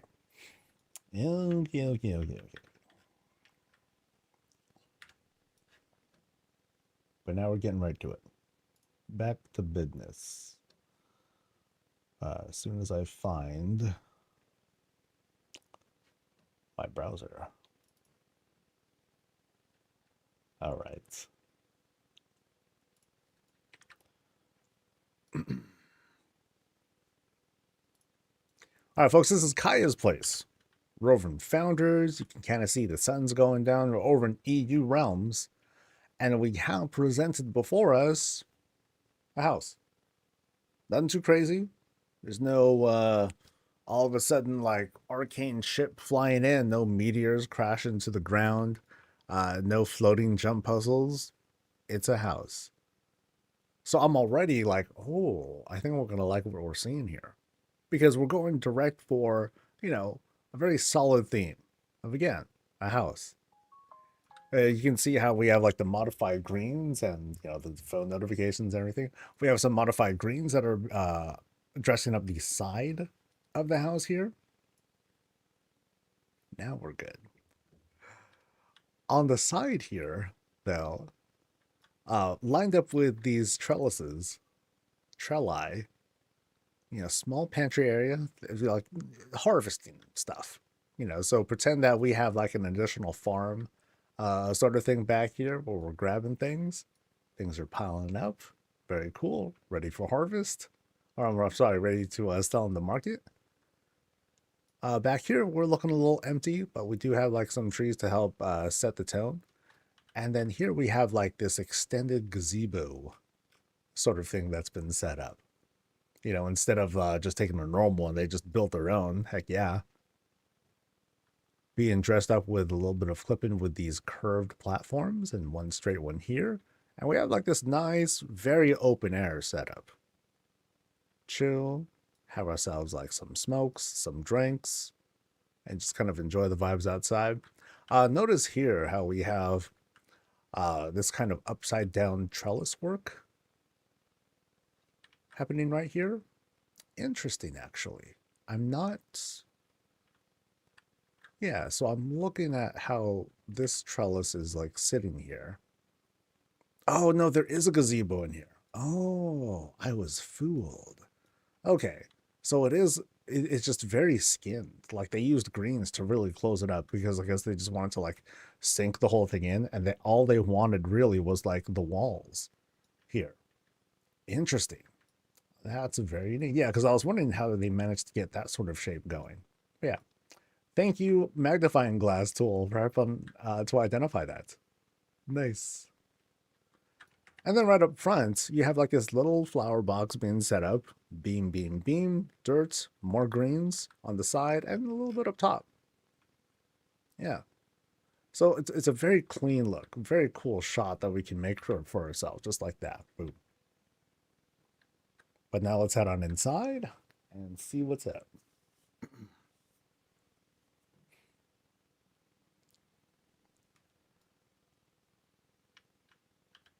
All right, once we're inside, you'll notice that we have a side entrance, kind of a rare thing that we get here. And also unique, they're using the wall as this sort of like entrance, sort of walkway. In front of us, though, we have a nice, healthy flower box full of some of my favorites, as well as a place to just kind of like throw down some of our gear. We go in to this sort of living room spot, dining room spot as well. Ooh, very, very pretty. All right. It's going to be quite a bit to break down here. Oh, there's even like this very small set of stairs being set up. There's like a wall here. It's very, very clean. Like the way they're doing this kit bashing. Yeah, really, really cool setup. I'm impressed already with just like how crisp this place looks. All right, so we'll start off on the right actually. You know, beyond the flower box here, let's take a look at this box here. It's super, super bright in there. Like there must be like a bajillion lights hanging over there, and you know, shining down all with the intent to create this whole outside vibe. You know, so it's super, super bright. You can't really tell from any angle if there's any walls or whatnot. So a lot of work went into this particular spot. But you can still manage to like make out the greens and everything that are right there. You have your beams that are set. You have one beam that's set up here to act as like the windowsill, a bench to be like the surface. I forgot the name of this bench. It is a elegance covered bench. Cool. But yeah, lots of little things. And then we have like some subtle light coming through. Now, I believe this is coming from the Mechagon light source, not the Paladin one, because the Paladin one has like a very specific animation to it. But you have like this really good glow that comes in. So they made efforts to not just make sure that the outside is illuminated, you preserve the illusion outside, but you also have the effect of light actually coming in. So if the light settings were set to like something really dark, then you'd be able to see it be more pronounced. But here it comes off as this subtle glow, which works out great. Absolutely great. Elsewhere in this room, we have our spread. Foods out, seats down. You know, notice like little details to show like things are like a little bit tucked in. I like this flower box that they have set up here.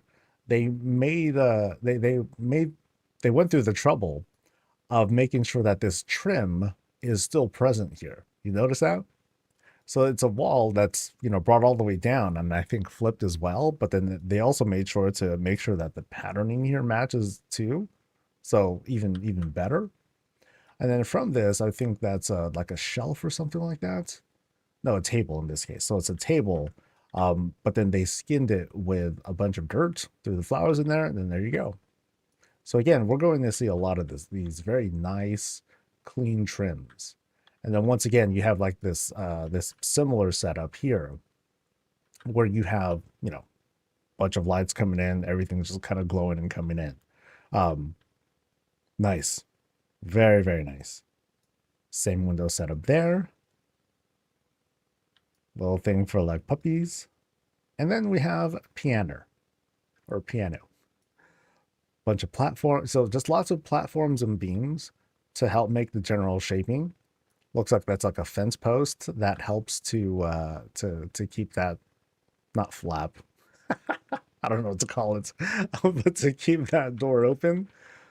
You have a little bit of a peek at the innards, and then of course places sit and play. Very nice. Looks like you got fence posts down there to suspend the piano to. Yeah, so it's a lot of parts that go into this, especially when you look at the multiple platforms that are being used there. But I mean, you got to do it to like get that proper effect. Now, there is an upstairs area. Actually, it's not much of an upstairs area. We'll take a look at that in a bit. So like, check out like the little details here. Beams to help support things. Little cobweb there too, because that'd be a heck of a thing to climb in to help keep clean. Yeah, really, really great work. Yeah, you can see like there's like a whole pattern of these beams happening there too. So let's climb up here. Since we know it's just going to be a vaulted ceiling.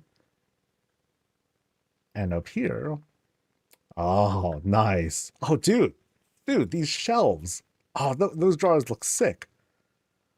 So up here, we're having beer. You can see a little bit of the froth or the head right up top.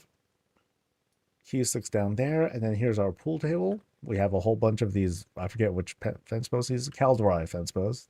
Cool. Yeah, we have those being used.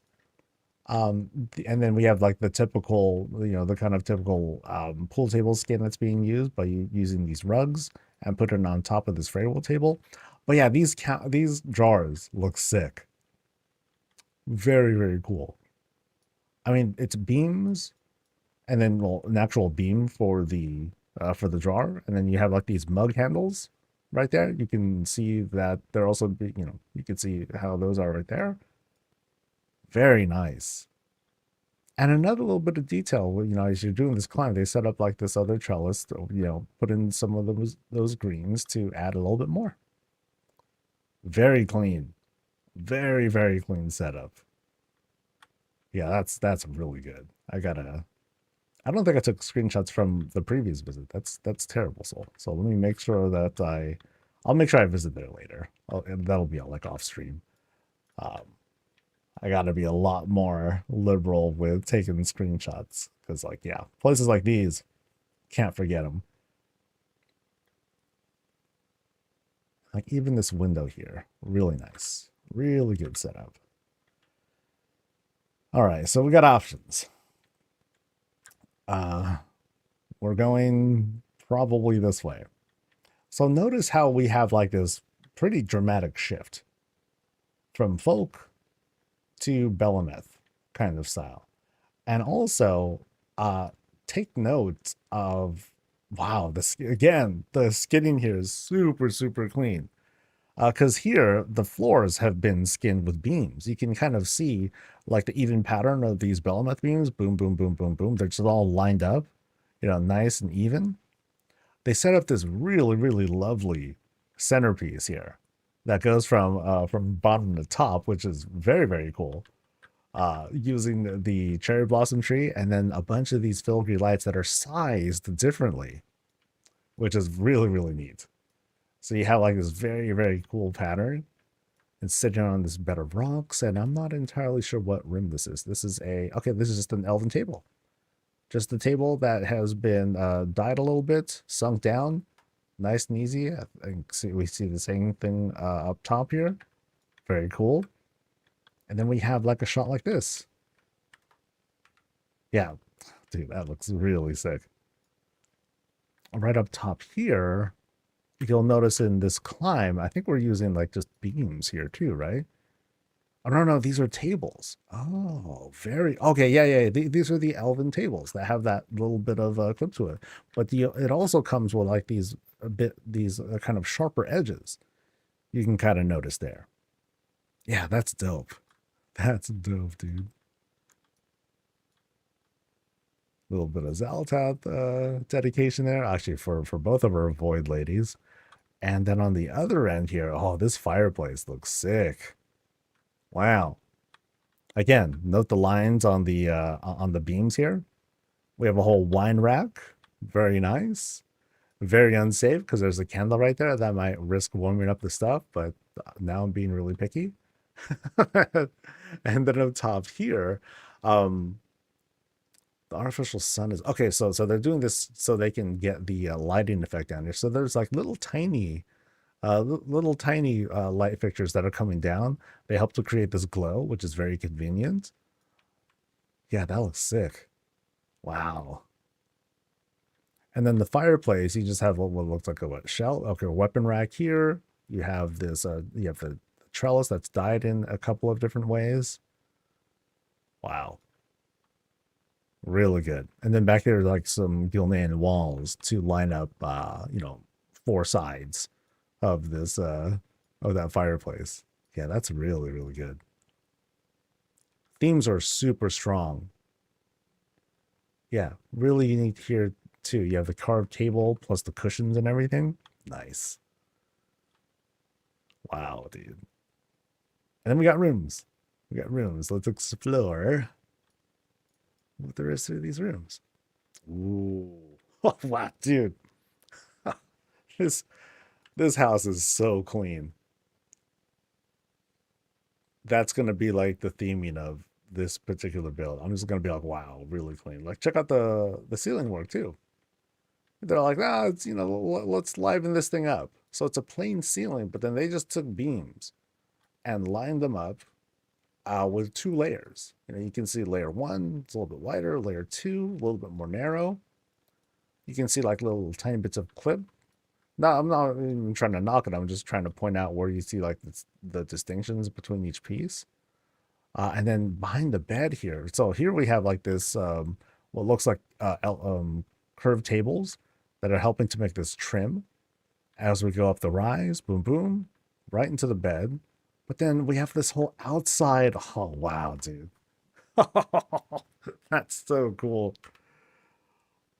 That's so cool. So they have this whole kind of like rock garden slash outdoor illusion sort of setup. So we'll like stop here at this point and just admire the work here. Yeah. Oh, that's good. That's really, really good. I don't know if it's meant to be kind of a perspective shot. Let's kind of take a look. So here's this size. So here's kind of smaller. So maybe it is supposed to be a perspective shot. Yeah. So we'll stick to here again. Oh man, that's neat. That's neat. I wonder how far the Arkandor is supposed to be from us.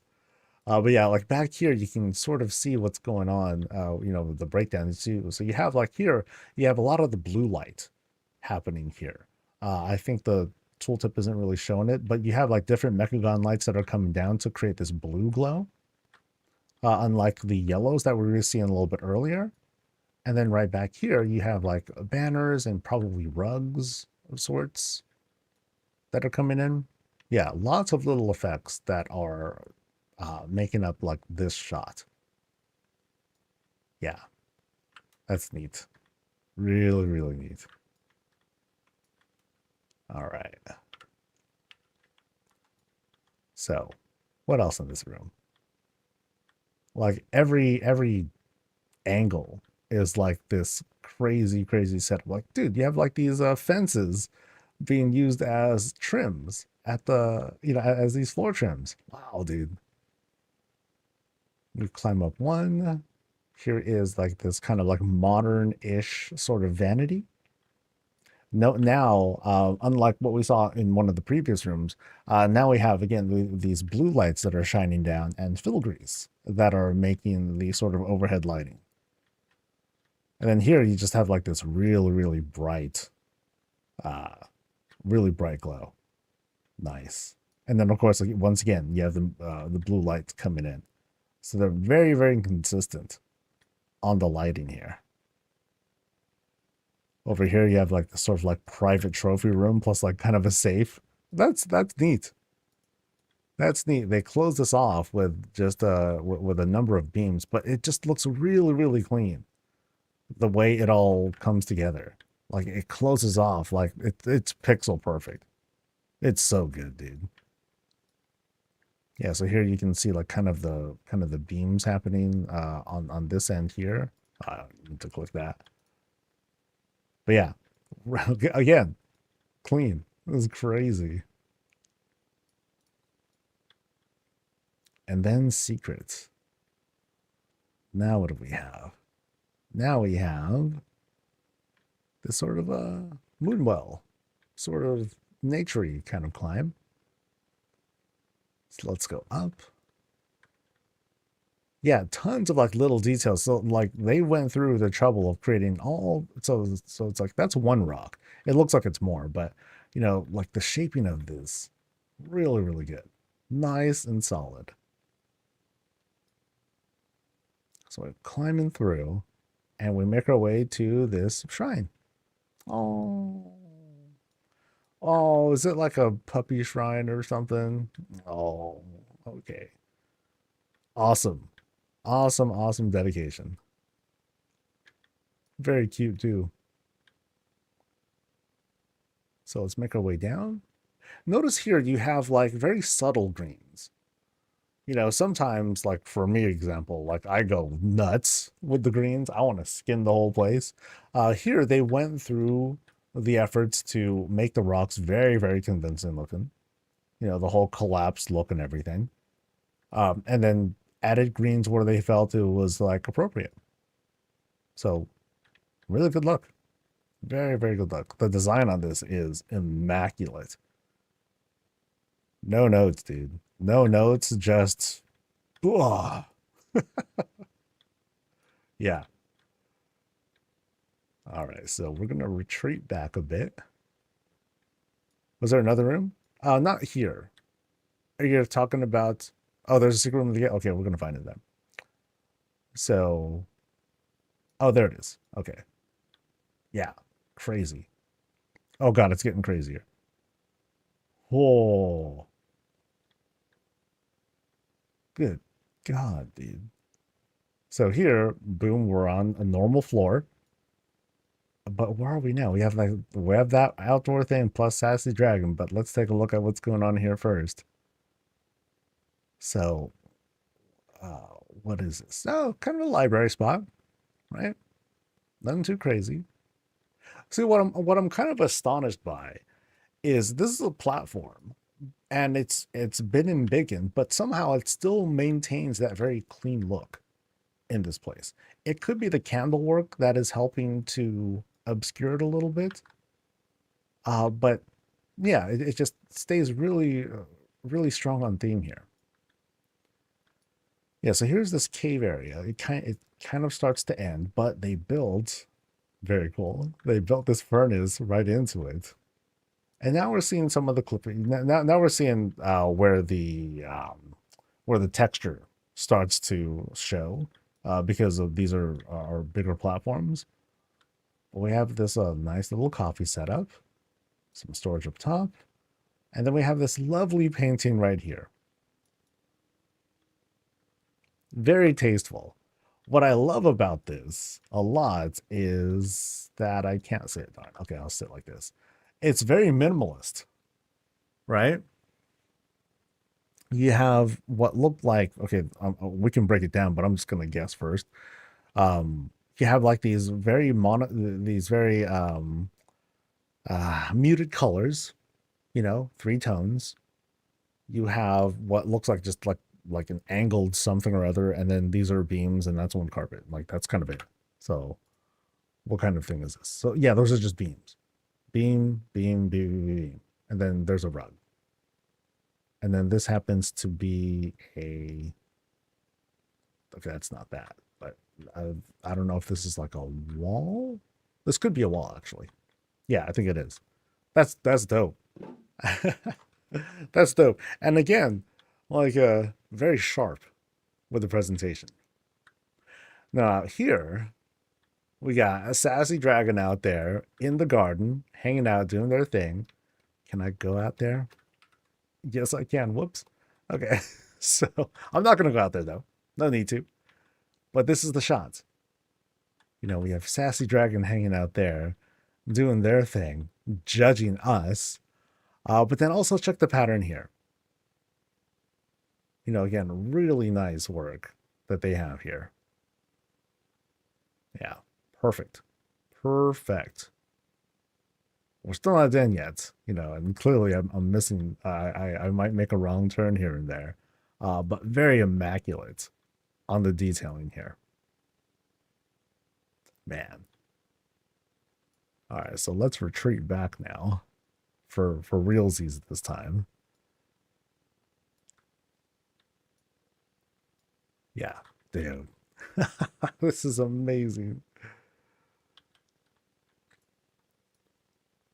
Yeah, this is the kind of house to get jealous over, for sure.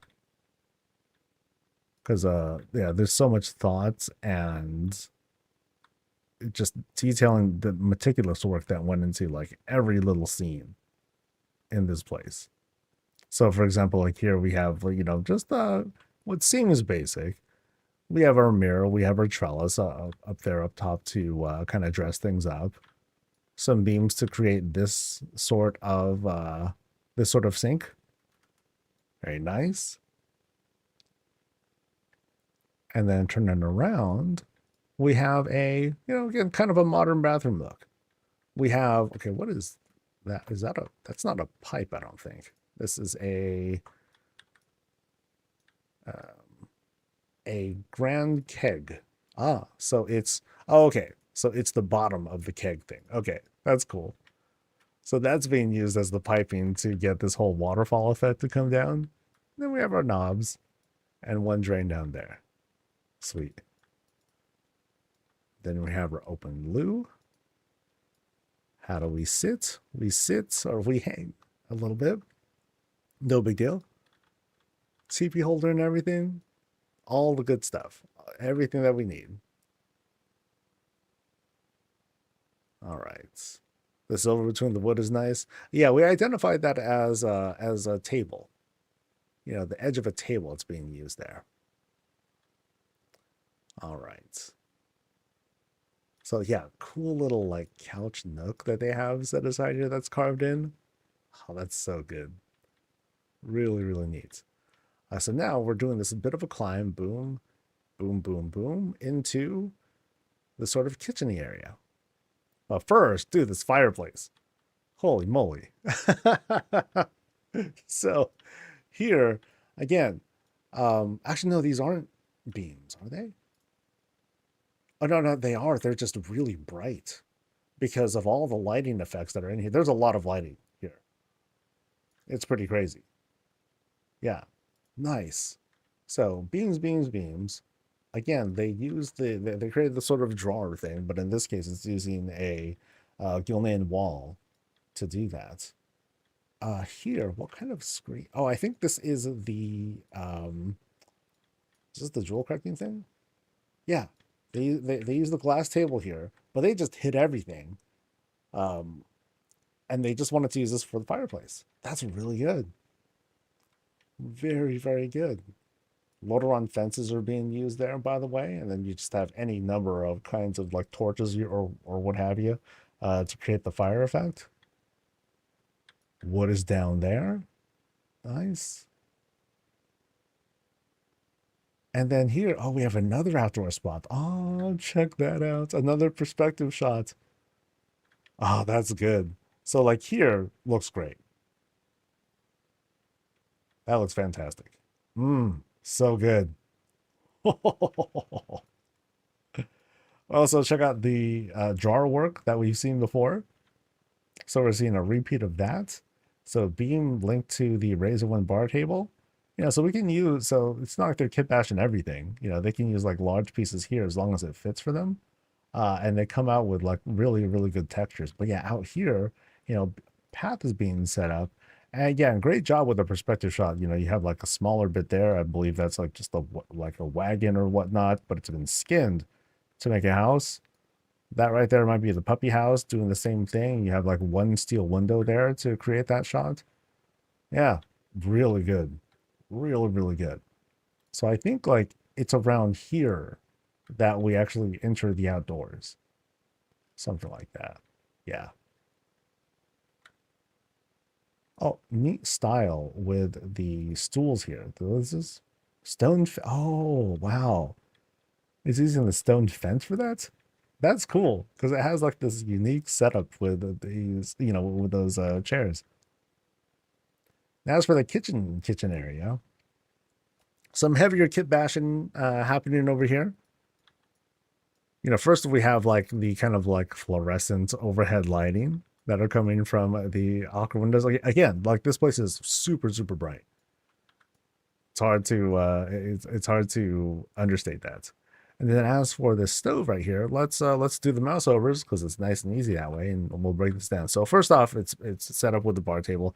Then we have I think it's like a crate, an open crate, a table for like this metal skin here. This is still the crate, and then we have like the buttons. You know, here are the barrels for buttons, and from there you have like these. Let's see what's being used in there. Looks like a candle. Not the water pump there. So it's this one, Storm Song water. Oh, that's being really. So they just took this, they flipped it upside down just so they can make that grill. Or the base of that burner. Interesting. Yeah. That's an interesting choice. Cool. Note the island here as well. Very, yeah, this is good. A lot of the time I'll see islands that try to be like just a certain block or whatnot. Here, though, they went through all the trouble of, okay, you have your beams here, and then you have your platforms to match, but they made sure the platform, I don't think beveling is the right word, but they're slightly smaller. So that way it serves as the skin of the top rather than trying to be like a solid object. They just kind of fuse it in as much as they can to make it just a surface. And you come out with this look. Yeah, that's really good. That's hella good. Continuing on, we have, you know, pantry area kinds of stuff. Continued use of these drawers. Oh, man, amazing, amazing place. And I think we've seen everything. Yeah. Right? Yeah, because we had like the one bedroom spots. Yeah. Okay, cool. Wow. I'm very wowed by this place.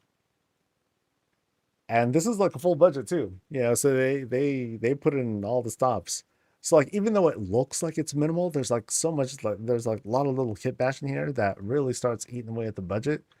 But you have like this very dense, very customized space where, you know, before you know it, you have like tons and tons of pieces that are going into like, oh gosh, every step of this place. Like this room's crazy.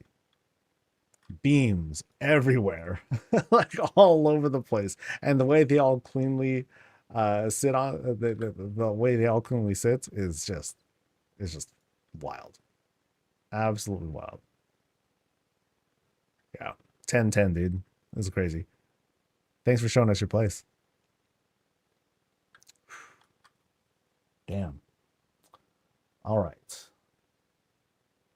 That is 2 we've got.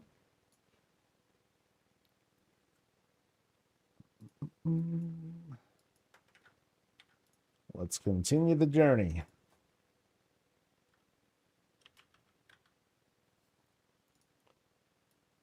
All right. And we're going to 41. Yeah, what a contrast. We were looking at like this a crypt. We were looking at basically Skullman's earlier. Now we come into this like crazy detailed house.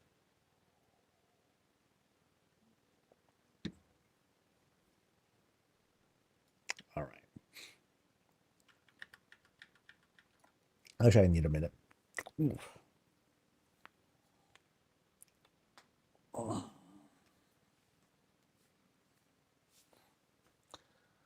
All right. So we already had 6 people sign up. Awesome. And out of them, 4 of them are from the EU. Ooh. Are we going to have EU outnumber US for the second time ever? All right. So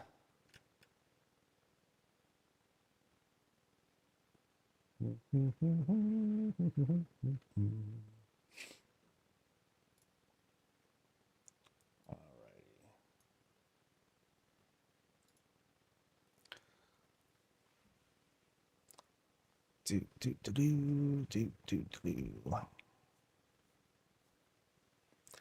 This house is amazing. I feel now my house is totally boring and absolutely nothing. That's what we get a lot of the time. It's like, wow, this house is really inspiring. That's one way to put it. And another way is like, oh wow, this house is really discouraging. As in, my build feels like just literal garbage, and I just need to tear this down and then try it again. And yeah, don't do that though. My advice to anyone is to now if your place is done, that's kind of different. It's like, oh wow, I want to do something like that, then great, go for it.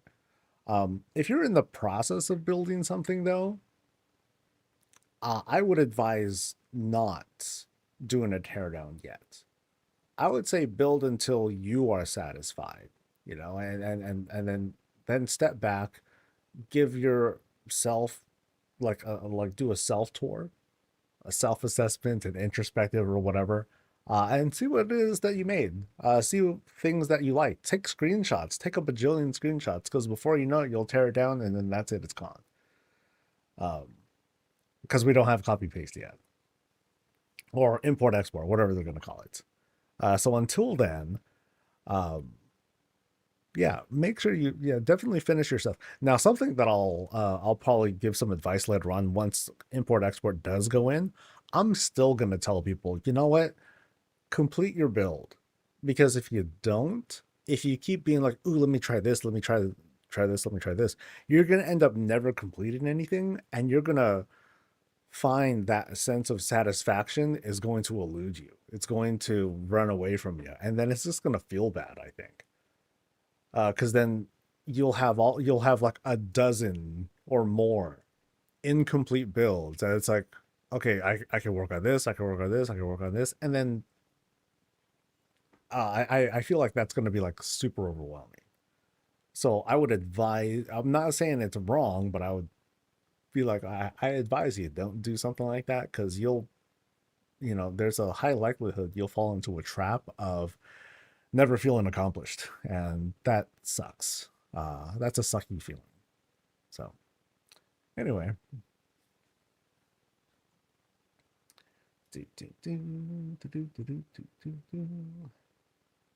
all right, this is Katya's place. We're over in the spooky part of Founders, and this is being described as a witch's house. Got it. I think I'm convinced so far. We got some spooky scarecrow looking things up front. We have some overgrowth. We have some intimidating Lordaeron fencing that's surrounding the space. And at least the way that it's shaped, it's meant to come off as a very small house.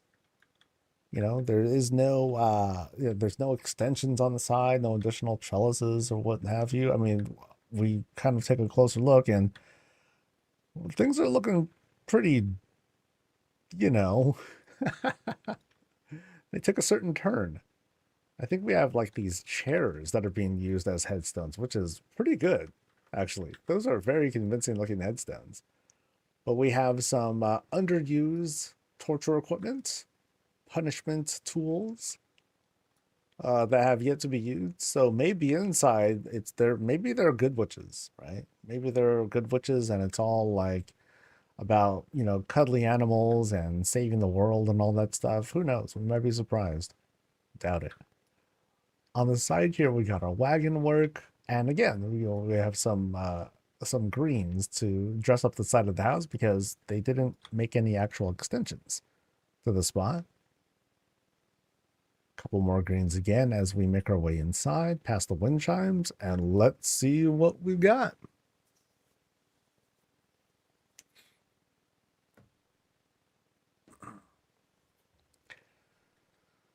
Now, as we enter, we're invited to go in a couple of different directions, including to that kind of vibe there.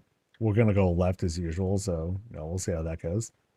Now, as we come in, though, we came in through this sort of entrance here with this, is it called just the steel, Surmar window? Yeah, I just keep calling it a steel window, but we have the Surmar window being flanked by these greens here. And we have supplies being laid down as if we were like gathering things. So let's go off to our left, past the trellis and like this kind of like centerpiece here. And let the exploring be. Oh, there's okay. So that's wax, right? Yeah. So that's candle wax. We can that kind of tells a story. But what about here?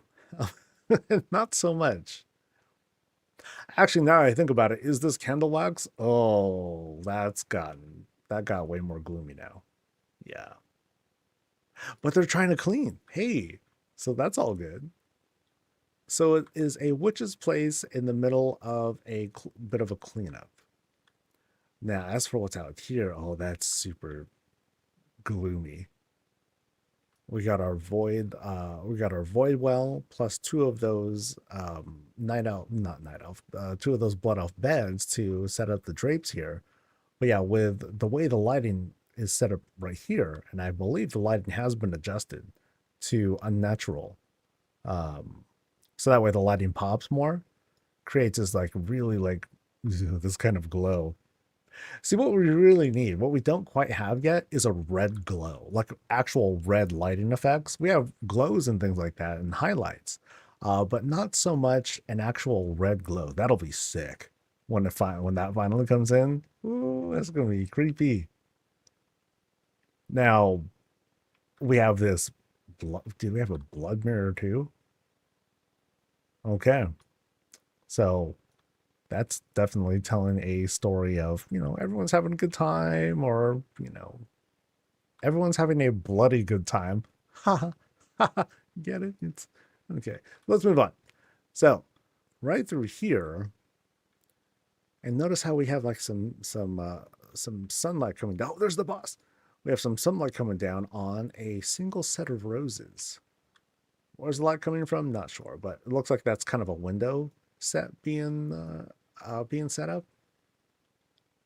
And then right through here, sorry about the camera there. Now we enter a conference room, a meeting room of sorts. So it's like, okay, let's go and have a seat. Meanwhile, the boss is there. What's she doing? Monologue. What's she talking about? Dastardly plans. Things that she's done, things that she's seen. Like, check out over there. There's like this table there with some blood under it and some thrown tools. It's like, okay, are you next? Perhaps, maybe this is a job interview, perhaps. Oh, hi, hello. Hi, I'm Vasol. I'm here for the interview. I'm here to be the volunteer, not volunteer, but the person who grabs the weapons when you're done with them. I'm your personal weapon collector person. And I see there's a lot of blood on the table too. This is a mistake. I should leave. Yeah, I just noticed the blood there too. No, no, or perhaps it's just spilled wine, right? Maybe I just spilled stuff. Here I am. I'm like grabbing the stuff, and I'm like, oh my god, there's blood everywhere, and then I spilled everything. Yeah. Or perhaps I was like, wow, this is great looking stuff, and she's like, yeah, that's blood, and then I just, yacked it all out. Yeah, things aren't turning out so great. Being here is just all bad. But what else do we have? We've got. Okay, I really like this whole outdoor setup here. This totally has the vibe. Yeah, monologue vibes. So here's where the boss would stand, and they would like do their grand thing, and then at the end she's like, "Do you have any questions?" And I'll be like, "Are there any benefits or anything like that?" And I don't think there are. Let's get out of the story bit though. I'm kind of flailing here. Up here though, we have like this kind of climb here, table, and then a bar tables up top before we get into, the Kool-Aid pool. Very fun, very nice. Oh, I just noticed at a certain angle, you can see the Arakoa, sun statue thing blazing out. Very nice. Oh, everything's fine because the bird is alive, so everything's cool. All right, so that like vibe totally changes. Everything's fine. We're all just here to have fun. That's just wine. It's not blood. And we're going to have nothing but fun. Okay. We're here on the side, this very dressed up bookshelf. Big old elven tables, boom, boom, boom, to dress this up. And that's a lot of weapons. You know, it's a lot of weapons and a lot of misses, right? Yeah. All right. Am I totally saving here? I think I'm totally saving here. I think we're good. But we got to see what is through this shroud, this rug shroud of sorts, which is, you know, they just spilled more drinks. Everyone's just having a party. So everyone's having a good time, and I'm stuck, or I can't go past. Okay. So that looks like a one-way thing. I'll see you later. We'll see what happens next. That's later. No, I trust that's later. Okay, and then here we have a gap, and we enter. Nothing too suspicious, actually. See? Because this is fine. Because this is a totally safe place. This is just, you know, I don't know what they're cooking, but you know, I don't see any bodies there, right? So this is, like I said, good witch's place. We're waiting for the part where we're saving the animals, and dude, she's looking so sassy. We're screwed. She's like, yeah, I help out all the animals. I'm like, yeah, yeah. But then what happens? She sees us as animals. That's the twist. That is the twist. So we cross through this little closet way, and then things open up. We have this not a grand climb, but we have this upper level area that'll take us to another room. But here, chemistry time. Time for experiments. Time to make green Kool-Aid. Not just red Kool-Aid. You know, red Kool-Aid's out. Green Kool-Aid is in. And so they're trying to perfect this formula in the fun witch's house, right? And then right through here, some other green Kool-Aid and a place to sit. See, it's vibey, it's relaxing, you know. We got our booksies, we have our red wine and all that stuff. Nothing bad happened around here, right? Right. All right, so let me close some of this up. By the way, thanks to Taliesin and Nevitel for bringing folks over. Stay for as long or as little as you like. We're here vibing, checking out houses over in the EU. So right into the stairs here, we have, in this path, you know, more booksies that have been set down. These nice little setups. Oh, I like this right here. We have this tall Gilnean trellis. At the bottom, some candle work. And then like some void artifacty looking stuff. They just stack them together to create this sort of like lighted vibe. Yeah, I like the way this all dances. Oh, you know, it helps that little lantern right there too. Helps to get that purple glowing. But now we're going outside to where the fun party is happening. Through this tiny room, we slowly make our way outside. And now we have a playground of sorts. A witch's playground. Where everyone's having fun. You know, we're chopping vegetables and we're making Kool-Aid stuff out of it. Dude, this is terrible. We got a steak.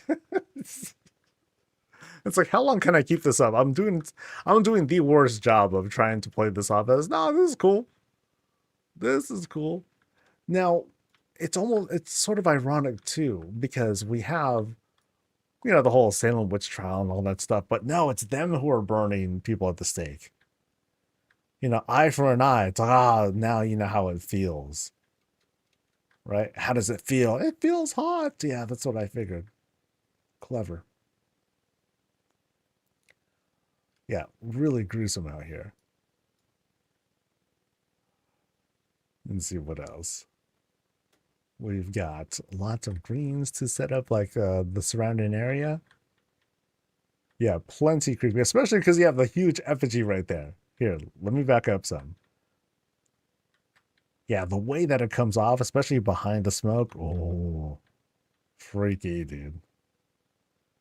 Now, why is there a big highlight there? I'm not entirely certain.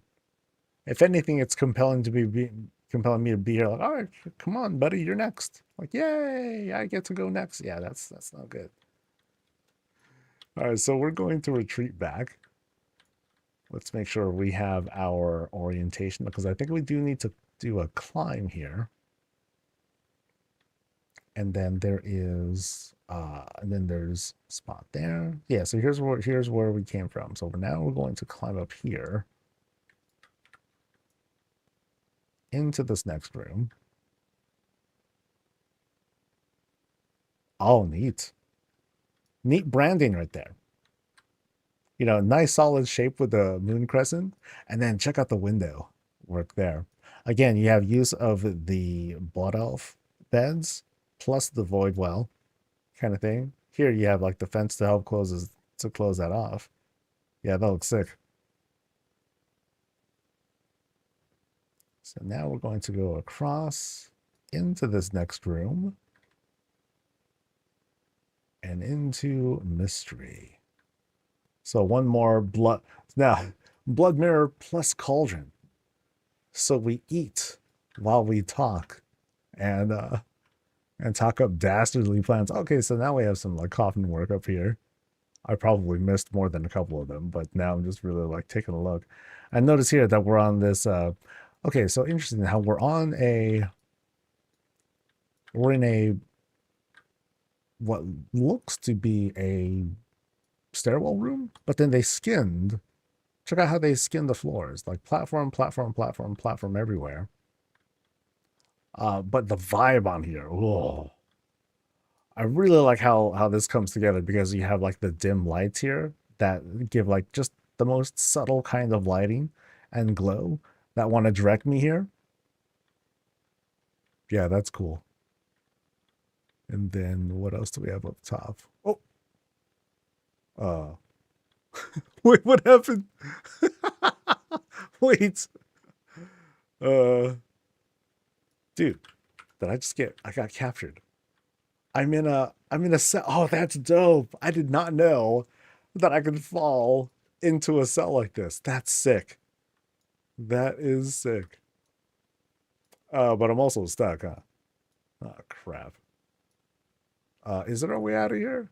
I don't think there's a way out of here, but since we're here, let's take a look. So, in this room, I am being presented as, I don't know, the latest guest. Oh, there's two people here. Oh, crap. Okay, so we got two witches here. That's great. I don't think I saw this room, actually. Yeah, I'll have to find out how to get here, or it might have something to do with that shroud. So I'll need to find my way around till I get to that. But yeah, I'm obviously, well, not in a good position here. Oh, okay. So, oh, I think they let me out. I think they dropped me through. All right. So let's look at this processing room, right? Now, what's curious is that there are a number of chairs here. So there's probably an audience of some sort who would be watching. And is that dirt? No, yeah, okay, that's dirt. I thought it was like more blood or something like that. But yeah, check out like this centerpiece here. Also, like fully old godded stuff, complete with bell candles there.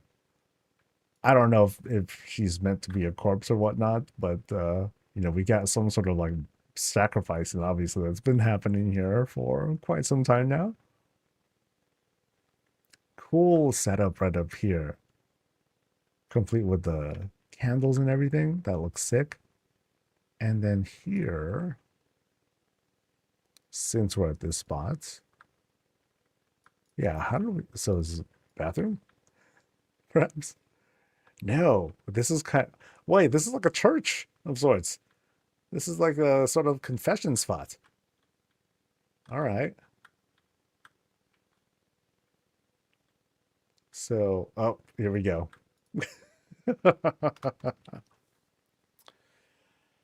Forgive me, Father, who I have sinned. And they'll be like, okay, what'd you do now? Well, I overpulled on an 11. There's like this one extra pack, right? And I'm like, okay, I'm not going to get it. But then I was standing a little bit too close. And then I let the Hunter AoE tap it, right? And then the priest says, delete your account. I'm like, damn, that's the only way to repent, huh? That's the only way. All right. I like the mood set there, by the way. Yeah, the way that the light bounces off her like that, nice and gloomy. All right. So back to the church. Let's go down this path here, if I can. And now, ooh, I like this. Ooh, this is spooky. You know, between the limited lighting here and like these contrasts. Now, I believe this might be a bug. You know, this might not be intended and they wanted to have like this to be all black. I get it. But, you know, my first impression looking at this looks neat, right? I think it looks cool. I think it has like these good contrasts and whatnot, even though we have like these like, you know, kind of metally looking silver trims. Yeah, I like that. Ooh, and then here you got like spooky eyeball action happening. Yeah, I like that. I like that. I don't think that's bad. But now we're going like through these ruins, you know, this kind of debris here. And now, okay, where are we? Whoa, wait, what? Did I just walk through a thing?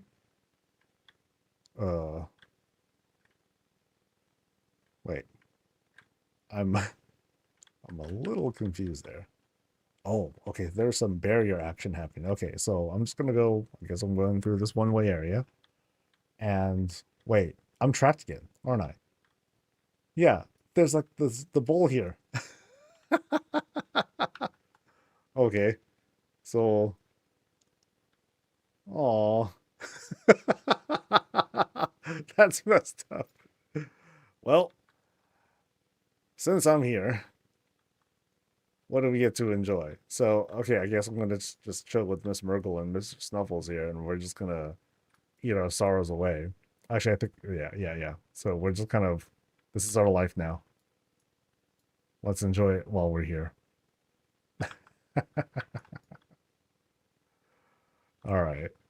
So, oh, I think I can. Oh, interesting. So there is you can sort of like go around here. Oh, I guess that's kind of intended. Interesting. Yeah, because it turns out to be like it's as if it's in like it's an exhibit of some sort. That's wild. All right, so to the left is ooh cavey stuff. To the right is this grand opening, but you know me, we're gonna go left. Okay, this is a really cool effect too. So now that looks like, oh, that's a face. Okay, so we're seeing a couple things here. So we're seeing one, the way the contrast is sitting here is just wild. One, it's the earthen prison because you could barely make out the earthen face there. And then here's like this Herondar window that's making it look like an eyeball of sorts. I don't know if that's intended. Both are equally creepy, whether that's a big eyeball or if that's just like a phase or whatever, and it's going through, I don't know, they're going through some some drama. Yeah. Yeah, really odd. So now we're gonna go through here real quick, maybe. And then we enter this sort of shrine of sorts. Very creepy shrine. Because notice how we have, let's see, I'm not quite sure what effigy that is. Ward of the Shulka. Huh. Yeah, that is plenty creepy. You know, that's above this Herondar furnace. And then you have by contrast, you have this whole troll effigy here on the other side. Nice and creepy. All right, but I think that's it in that particular room. And now these witches be collecting all sorts of stuff. And is that a different person? Different witch? Perhaps. Because now things open up. We have this grand climb ahead of us, which I'll look at later because there are places to the left and right to look at too. So right through here, through this path, man, this place is huge. You know, check out the trellis work here. Place to sit. Why are we sitting there? I'm not sure. It's kind of like we're waiting to be invited outside and into the party place. Okay, I don't know if it's the party place yet, but we are greeted by a sassy dragon right up there who actually has like she's got pink eyes. Can I mouse over that? Can I manage to hit that? Nope. The Librum prevents me from being able to see. But it might be like a little lantern of sorts because we see how you see how there's like one lantern there. That could be what we're seeing right up there in front of Sassy Dragon. But yeah, check out the work that's being done here. So this is all Sassy Dragon complete, including the uh, uh, this trim here where we sit, where the whole fountain is contained. The Librum is helping to kind of light things up or at least highlight it. And of course, we have the cherry tree to help set the vibe too. If we turn around, ooh, very pretty. So in this case, we have a couple things going on. Big pieces, big beams that are creating like this huge arch. And then they threw in like some Pandaren stuff. We have the arched, the cooking table. We have the big gong and all that. And then we have Pandaren walls that are lining the immediate area here and out and around. It's actually around most of the spots. Very cool. Here we're also painting. Yeah, very different witch vibe from what we've been seeing earlier. I see no blood so far, unless we count the anima bottle, which we should probably count as blood. Now, something also very unique here. This is a well, I believe. Yeah, this is the ceremonial bell. I'm sorry, as shown here. But it's just been flipped on its side and created, and instead it's being used as more wall. That's very unique. I like that. I mean, it takes up some space and all that, but I like that it gives a not so uniform look. But I like the personality that's behind it. Yeah, so check out like the big fountain, and they reskinned it from like a whole troll thing to a more Pandaren vibe. Lots of greens. You have the big gong right over there, and it fits. I think it fits really good. Very well, in fact. All right, more greens all around here. Yeah, very pretty spot. But then we're going back inside, and we'll see what sort of madness we return to. All right. So we venture back in, say hello to, like, okay, now there's just a lot of folks that just happen to be visiting. All right. So we'll continue to go around that grand climb, and we'll see what's through here. Okay, it's just this. And this I'm not too familiar with. This is a Forge of the Roaring Mountain. Okay, so very cool. I guess this is a troll thing. Yeah, I'm guessing it's a troll piece. But now we got to go back and do this climb. We got to see what's going on. So we're climbing table. These almost look like a pipe organ sort of thing, but so far not. But the way that they line up, super intimidating. And then check out the work here with the trellis. So you have like these tables, these elven tables here on the side that are helping to make that outside trim. The trellises out right side up, turned upside down. Strong vibe there. we turn around on this grand climb and we see a little bit of contrast in here with these lighter blues. Going through more of these tables, again, it's like just straight up being used as the floor. And then we enter this spot here. I've yet to go through that one shroud, by the way. Like I'm still waiting to go through that and then see what's how we come out of here. Because all of this came from going down one path. So now in this spot, we have this whole art gallery. Huge gallery. Basically, every painting that you can buy, it's all here now. And the way that it's presented, now that we see it in this one place, looks really cool. This is really neat. I love this gallery look. And then what is over here? This bit of a window with just you know, a nice presentation of greens. Yeah. Trellises on the side to kind of make that opening. And kind of a centerpiece here. Again, we have like this whole Arakoa effigy of sorts. And then what is this? Is this anything? This is a thing. So now where am I? I've entered another sort of like troll spot. Plus void thing. Whoop. Did I sink a little bit? Okay, I am sinking a little bit. It's a sewer gate. Okay. Great, now what? Whee! All right. Now where am I? I'm stuck with the wyvern. Great. So here's where I get eaten and my adventure ends. I think that's what just happened. Wait, I feel like I have not seen enough. Because my only way out is through the rando portal, and we ain't doing that. Because I think there's more, right? No, I'm not going through that. You crazy.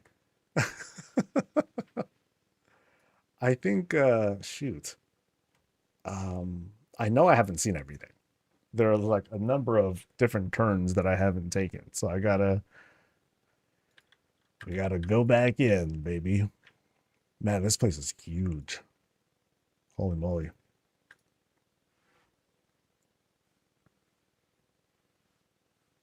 I know it's witches, but the goth vibes are off the channel all over. It's not solely witches. No. It's a, there's a lot. There's a lot going on here. But yeah, I don't think I've. Okay, so I think I have seen everything here, but I still haven't quite figured out like how to get there. Not yet. Or maybe that's a dead end, and I'm not meant to do that. So I think to do this, how did I get here? I had to climb and then, oh wait, no, I had to be let out, right? Because okay, so I fell through here. So was there anything here that I missed? Yeah, let's see. So first off, there is me being healed. There is, okay, that's a sewer gate of some sort. Okay. Now, is this meant to be a bedroom of sorts? I mean, I know it's a trap and everything. All right, so we're here. And I don't go down here, do I? I don't think I do. That'd be kind of odd.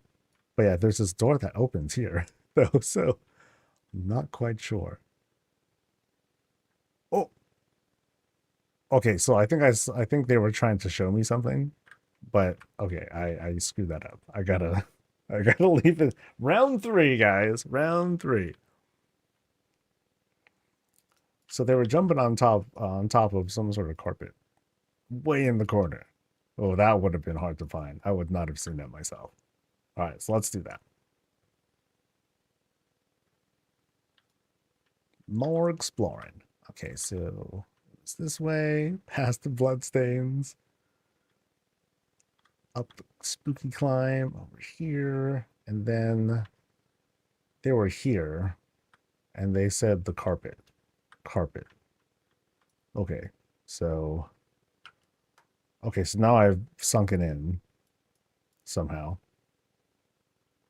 And then, whoop. Okay, so now I'm here. Uh, oh, this is that. Oh, okay, so this is the way to not get caught in the thing. Okay, so now we're going this way. And then now we're, oh wait, I got trapped again. So we're going around. We make this climb. And I went this way and this way. Oh, no, it's the same climb, same angle. Someone was asking how to pull this off. These are large covered wooden tables. Again and again and again and again. That's how you can create that sort of like long red carpet effect. All right. So now we're here. I'm not going to go through that again. Not yet. And they are going somewhere. All right. So they're going to go somewhere. But I at least want to make sure that I want to see what's in. Oh, dude. Okay, that's not a corpse, but it kind of is. Something happened here. And there's like another climb up there. And I'm, God, yo, I'm trapped again. Wow, this place is rough. This place is really rough, unforgiving. Okay, so they made room for me to sit. Oh, they opened it. Yay, they opened it. All right. Rule one, you should just follow the people. They might actually guide you somewhere. So I've jumped through here before, but I wasn't quite sure what to expect here. But it looks like we're, oh, secret passage. That is not a trap. Yet. So what do we have? All right, this is creepy. But we're making our way outside once again. And then boom, it feels like now we're okay, we're not outside. We actually have floors here. So it's kind of like a, this is our way of transitioning outside, and then boom. Once again, outdoors. And this time, unlike the place where Sassy Dragon was, this has more of a gloomy look to it. As if there's like, different witch covens and whatnots that hang out here. So here's like one of them. And here we celebrate death, as always. So it's kind of funny. We saw like several outdoor rooms. One was this celebration of like, just brutal death. You had people being processed and everything. Another spot was very festive. You were painting, you were hanging out. That's the kind of vibe. And then here we kind of return a little bit to something that's a little bit more grim. Oh, and then we're not done. We have a climb up there too. Yeah, because I love the way that that we come out here. Very, oh, and bust the door too. Very convincing illusion here. Good thing that yeah. If it wasn't for them, I would have been stuck here. I would have been like, okay, I don't know where to go now, guys. All right, so up top here, we have the roof. And one more little hangout spot for them. And he's like way in the corner, like he got squished or something. Interesting. All right. Now I still didn't find out where that where that carpet was, right? This was way early in the visit. And then there was that Cinderite carpet that I couldn't walk through, and I don't know where that was. Because I don't think I've seen everything, have I? I feel like I'm missing a spot. Or did I see everything? There is a carpet behind the fireplace. All right, let's find it. We're going to find a carpet in a fireplace. So I think that was from the so we got to go back to the beginning again, and then we'll try to find it. Let's see. So here's the place where we got to jump out of. I'm not going that way. That leads me to certain death. So here we jump down. And oh wait, where you? Okay, yeah. So it was here, and then through that spot, through that trap. So here's the trap room that we're at. Oh, and then there's back here. Oh. Okay. All right. And that's the way out of this room. And then boop. And then here we are, back of the interview room. All right.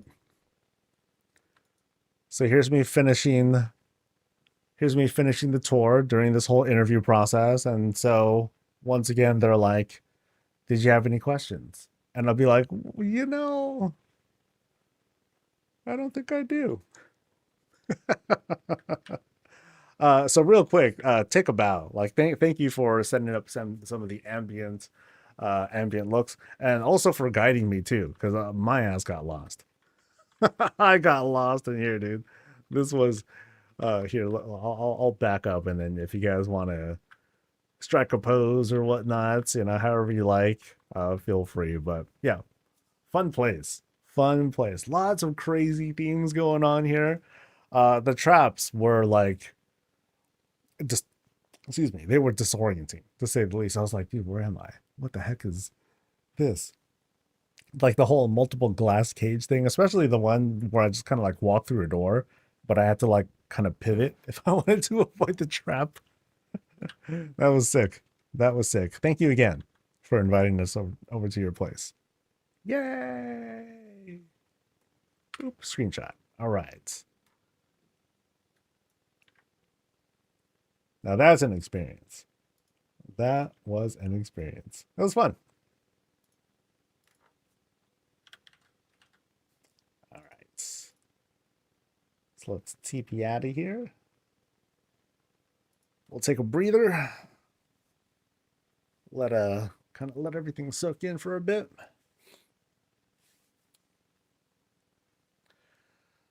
I'm sick and I can't have guests. I'm sure you're fine. I'm sure you're fine.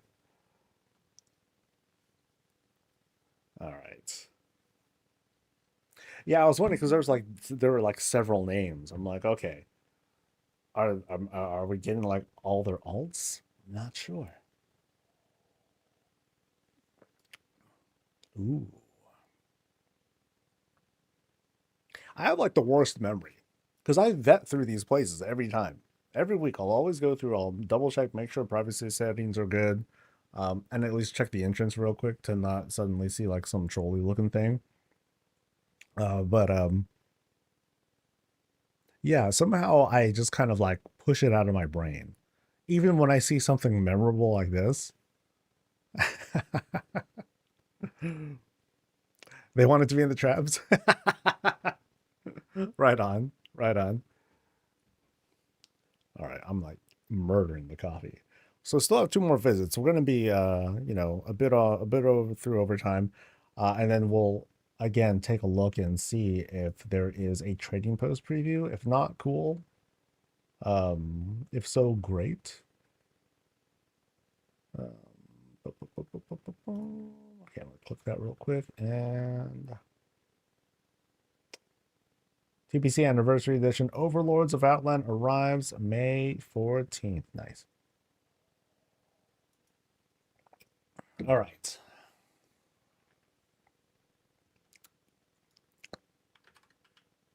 All right, folks, welcome to Grape's Place. We're over in Founders, and we are presented with this. Now, this is the house. Big old shredder tank. Oh, that's cool. That's cool. So they skinned the whole thing up, presented this as the actual house, walled up the rest with big old rocks. That looks sick, dude. That looks sick. So everything went into basically that. You know, nice, nice. They a little bit of like fallen tree debris going on. I dig that. But otherwise, they skinned the whole thing, added some paving stones as like additional debris. Love the shine on this thing, especially because I guess it's because it's this time of day. You have this pitiful attempt at getting debris out of here. Nice try. All right, let's go inside. His main better be a dwarf. Haha. All right, let's do it.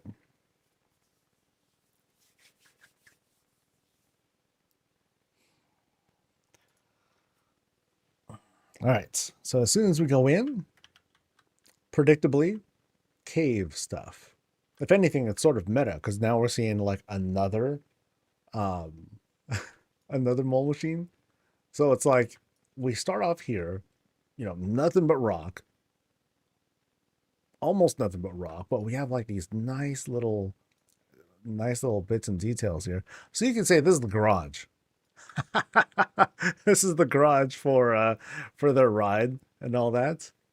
Love the rock work. There you can't see any walls or nothing.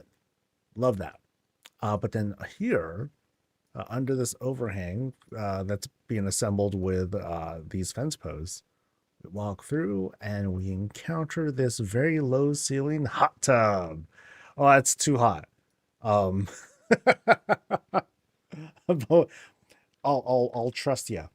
We have this hot tub, and I kind of like what's going on here because they're using very specific kinds of flowers. I don't know what the hell flowers is supposed to be, but it's almost like telling the little story of, okay, thanks to the moisture and whatnot that's coming from like this particular space, some stuff is able to grow. Well, like this is about it, and I think that's pretty neat. This is pretty neat.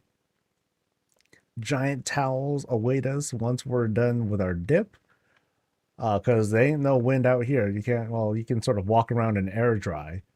You just got to be really careful around here because you don't want to slip on the rock and you're done.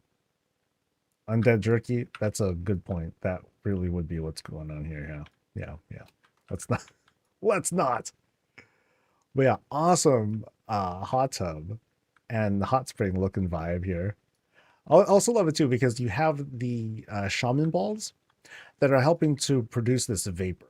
That's where a lot of that's coming from. Love the look of it. Love the look of it.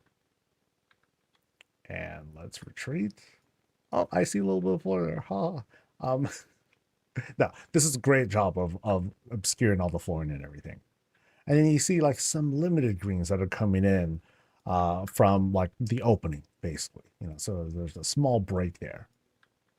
But now we'll start to climb. And in this case, instead of trying to mess with the rock work and whatnot, we tell the quick story of, okay, well, they set this up, they live here, and they set up all these different platforms. I'm sorry, these wall shelves to act as stairs. Da-da-da. So now we have our kitchen area. Not a very public spot, but they wanted to have signage so that they remember, just in case, right? Up top here is the stove. Giant thing set up. We got our food going. We have our little pantry set up. Actually, no, this is pretty... Okay. Do they live alone? Maybe. Because that's a lot of storage for beer. Know what I mean? Could it be just for them? Sure. Why not? Right? It's their place. But I figure they'd want to, they have some guests, right? You have a couple of mugs out and whatnot. We're festive, we're feasting, we got plenty to eat and all that. So host of this house being quite generous with the offerings here. Nice and fun. All right, so that takes care of, both kitchen and dining up on this spot. We continue our climb. It looks like we're actually at the top of the stairwell room. And then we'll see where else this takes us. So first off, we have the bedroom, I think. Yes, because there's a bed, right? We also have like the kind of a minimalist bedroom. Not too much, nothing too crazy. A little bit of entertainment for themselves with the axe throwing. A nice solemn place to read, do their thing. And then on the outside, up this beam plus a table setup, we have, ooh, oh, nice. So here we have like, basically, this is why they live here. So they can get the booty right over there. So somewhere we might find like, digging equipment, processing stuff. I mean, we saw some stuff outside, right? We had the cart that was hauling away a few things. But no, they made it big here. So I can see why they'd want to stay here and then start harvesting pink crystals for, I don't know, whatever. Maybe it's worth money. Yeah. Now check out the platform work that's happening here. Beams, beams, beams, beams, platforms, platforms, platforms, made to create this sort of spot here. So they wanted to not just have rocks be the only thing that dictates how they cross things. This has this sort of like lived in feel. Like, okay, the dwarf or whoever it was, Dark Iron Dwarf that was here, they wanted to like lay down their own stuff and, um, make this place their own. And the same thing's happening here. They didn't have to do it, but they wanted to, plant their flag and say, hey, this is paladin stuff. Boom, put this power up, get out there and start, get back to mining and all that. And I think we've seen everything. Yeah, this is the budget here is at 1,800, so not very high. Most of it's with the rocks. I have very little doubt of that. No, but great place. Their level is so it's at 1,800 out of 2,000. So lots of potential to possibly like knock out walls and do more stuff or to add more details if they wanted to, but they don't have to. I think this checks all the boxes for what you need. You got your own garage, you got your cool bath, you got your own hot spring and everything that you can need. But I really admire the cave work that's being done here. This something like this is a lot of work to put together, a lot of gold if you're gonna buy all these rocks and stuff. And then there's just kind of like starting to carve out spaces for yourself. Sometimes it takes a while, especially with something up here when you're trying to create like this sort of this quick little story of like how there's like some green spilling out, how there's a little bit of an opening outside. Yeah, very, very pretty. Thanks for showing us.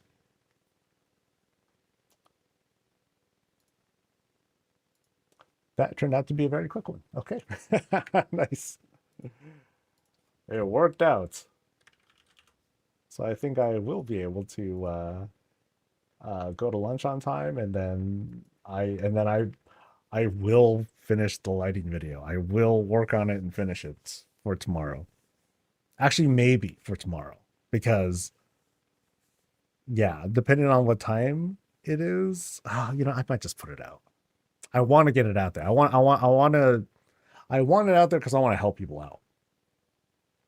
I know there's a whole timing of getting videos out and everything too, but oh well. Blizzard, please reduce the budget of boulders. I doubt they're gonna do that. Boulders are pretty big. I don't see them bringing in it any lower than 3 at the most. But also we get pretty, I'd like to think we get pretty generous budgets right now. That's my experience. I feel like we have like a pretty good handle on like just how much budget we can work with. Because some houses they get really big, and I'm like, whoa, this is a lot. This is kind of overwhelming. And sometimes that's the point, is to overwhelm folks with like lots of real estate and lots of travel time. But I feel like there is a way that as a designer we can achieve like some sort of balance there. Circle rugs need to be 1. Wait, they're not 1? I thought they were 1. Oh no. I think I only have 5 circle rugs. That's it. I'm a weird one. I haven't given myself that sort of opportunity where I would be utilizing the circle rugs. Um, yeah, yeah, yeah. I like to be able to color boulders too. There are boulders in the files that are in, there are new boulders in this patch that are colored. They are themed after the Barrens, so they have like this sort of like reddish orange sandstone kind of look to it. Yeah, they look cool. All right. So we got one more. And this one is also not too big of a budget. 3,500. It's still a lot, but it's not 4,340.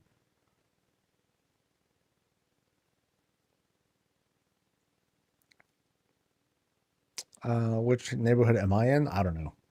I I never know. I'm in one that's called the Shire right now. So there's that.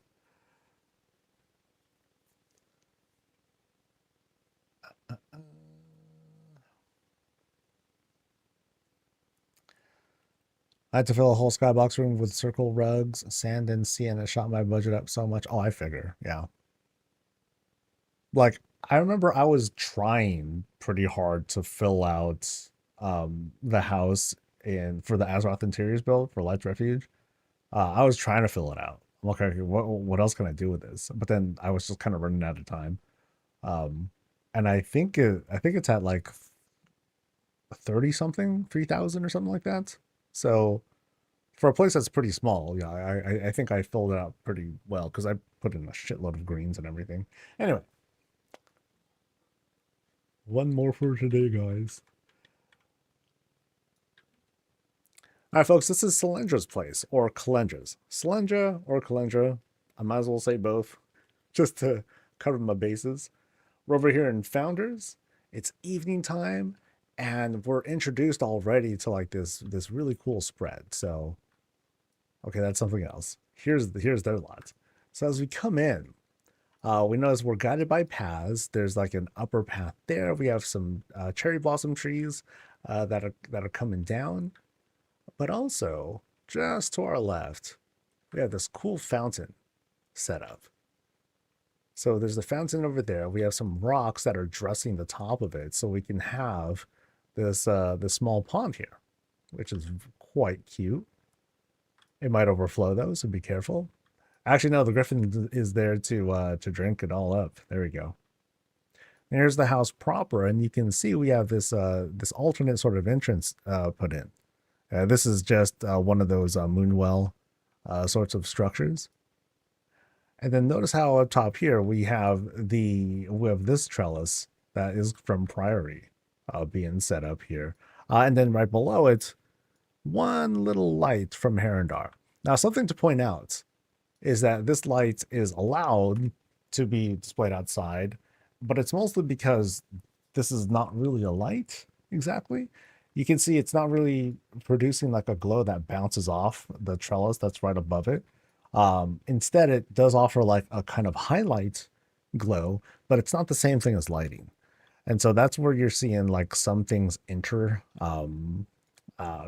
qualify as lighting that can be displayed as outdoor decor, but it's not really lighting. That's part of why it's allowed, which is kind of odd, but oh well.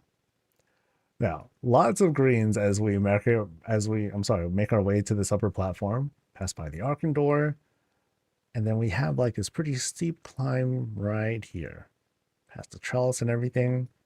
And it's made to just be what looks like a platform that supports this tree here.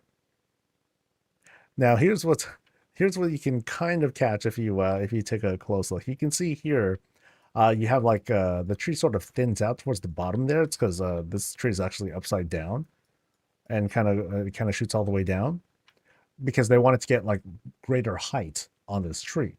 And then this tree has been embiggened to a certain extent, and then here it's sitting on this platform. So you can kind of like see where the illusion, where the illusion really sets in.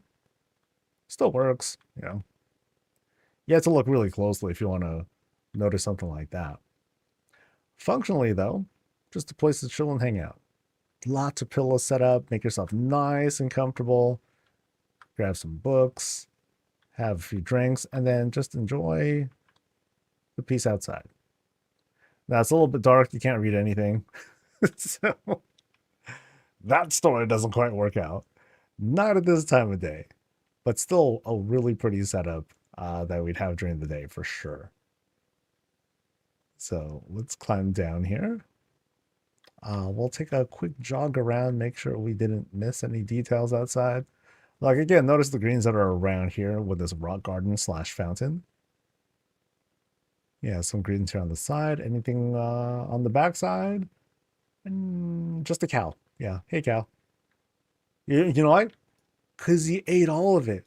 I mean, look at him. Look at that unit. He's roaming around looking for more munchies. So that's where your budget went. In the cow's mouth. Let's head on inside and see what's going on. And I'll be right back. All right.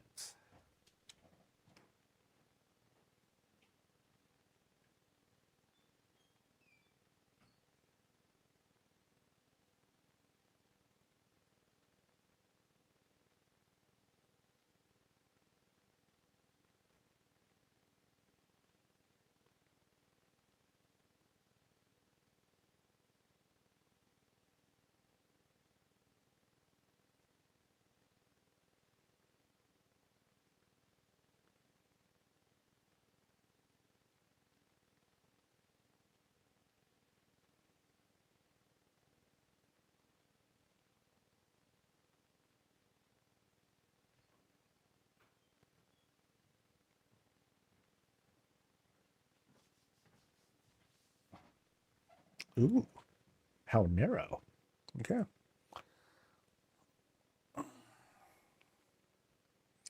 A few bugs with indoor and outdoor lighting at the moment. Probably best to not move anything at the moment. Oh, are there? Oh, I am not knowledgeable about this. All right.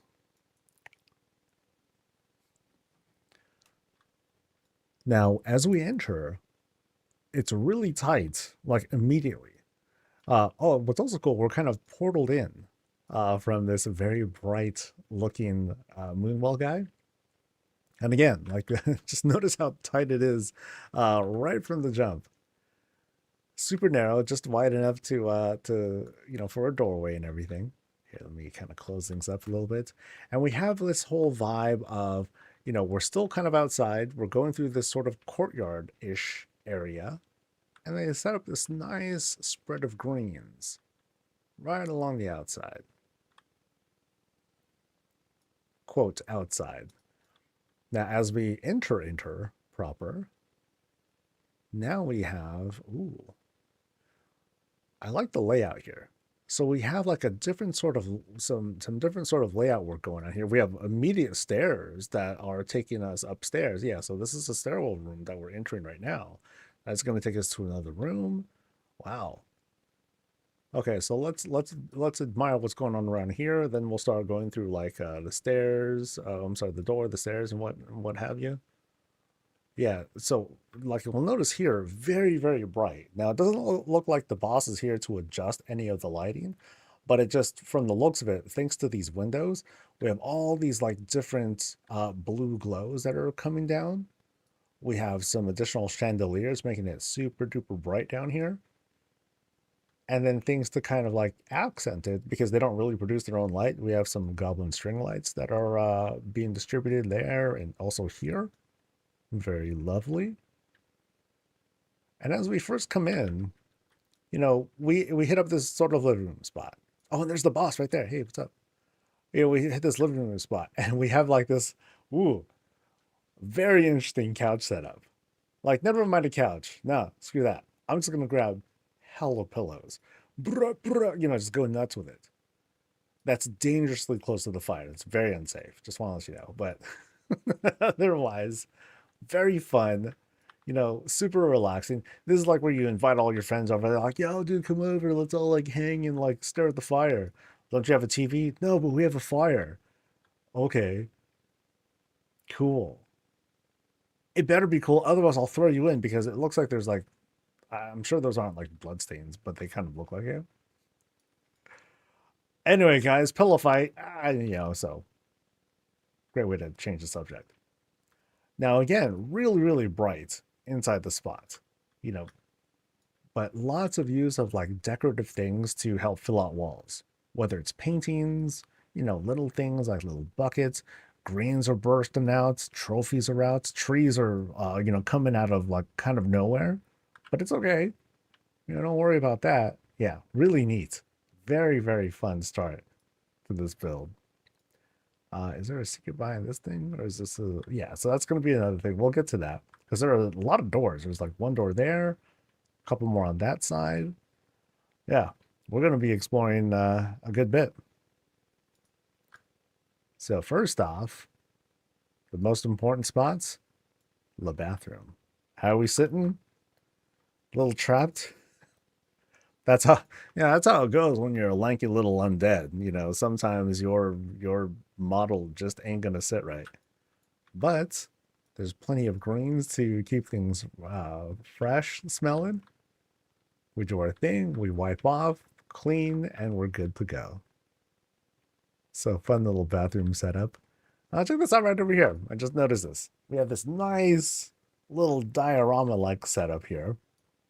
Rocks to act as, well, kind of sort of a countertop space of sorts, but this is all just made to be just like this kind of like a visual experience.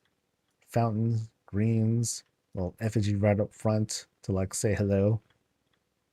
Very cute. And then we have like these doors here. We'll go by the flower box plus tree plus another moon well for the extra glow. And then we enter the kitchen. All right. So in this kitchen, very easy fridge, easy to identify. We have a washer, dishwasher. It comes off like a dishwasher because of the way that it's like, because of the way that it's set up here. So let's go with that. We'll say this is a dishwasher. Unless you really want to do your laundry here too, then, it's fair, right? Now, notice the theme here. We have a very unique theme. We have like this purple and like kind of like this subtle greenish tone. I probably have that wrong here. So it has a very unique personality to it. I like that. As we cross over, we note all the pantry goods. Here we have our stove set up. We got big foods going, alive and well. We have our vent for smokes and all. Sorry, we have our vent for the extra heat, and some prep table in here. What's on the other side here? Tea. Very nice. Again, very unique colors that are being used here. I think they dance pretty well. I think they could probably do with like trying to go for a more consistent theme with like other things to really make that color set dominate the space. All right, so right through here, again, we have another sort of hallway. Actually, let me leave that open. We have another sort of hallway that takes us through, giving us that feel of the outside. And then, ooh, things open up again. Oh, things open up hard. Wait, we're outside. Hold on. Ooh. Okay, so as soon as we cross through here, this is when we entered the outside here. I don't want to get in your way. People coming through and all that. So we cross through, and this entire thing is built. Walls, ceilings, and everything. Yeah, so the whole setup here is being built, and okay, so we start off with the feast. Big pie. Oh my god, delicious. A huge huge pie, snacks. Someone's having noodles, because whatever, you can order whatever you like. So we've entered this kind of like a restaurant-y area. Oh yeah, for sure.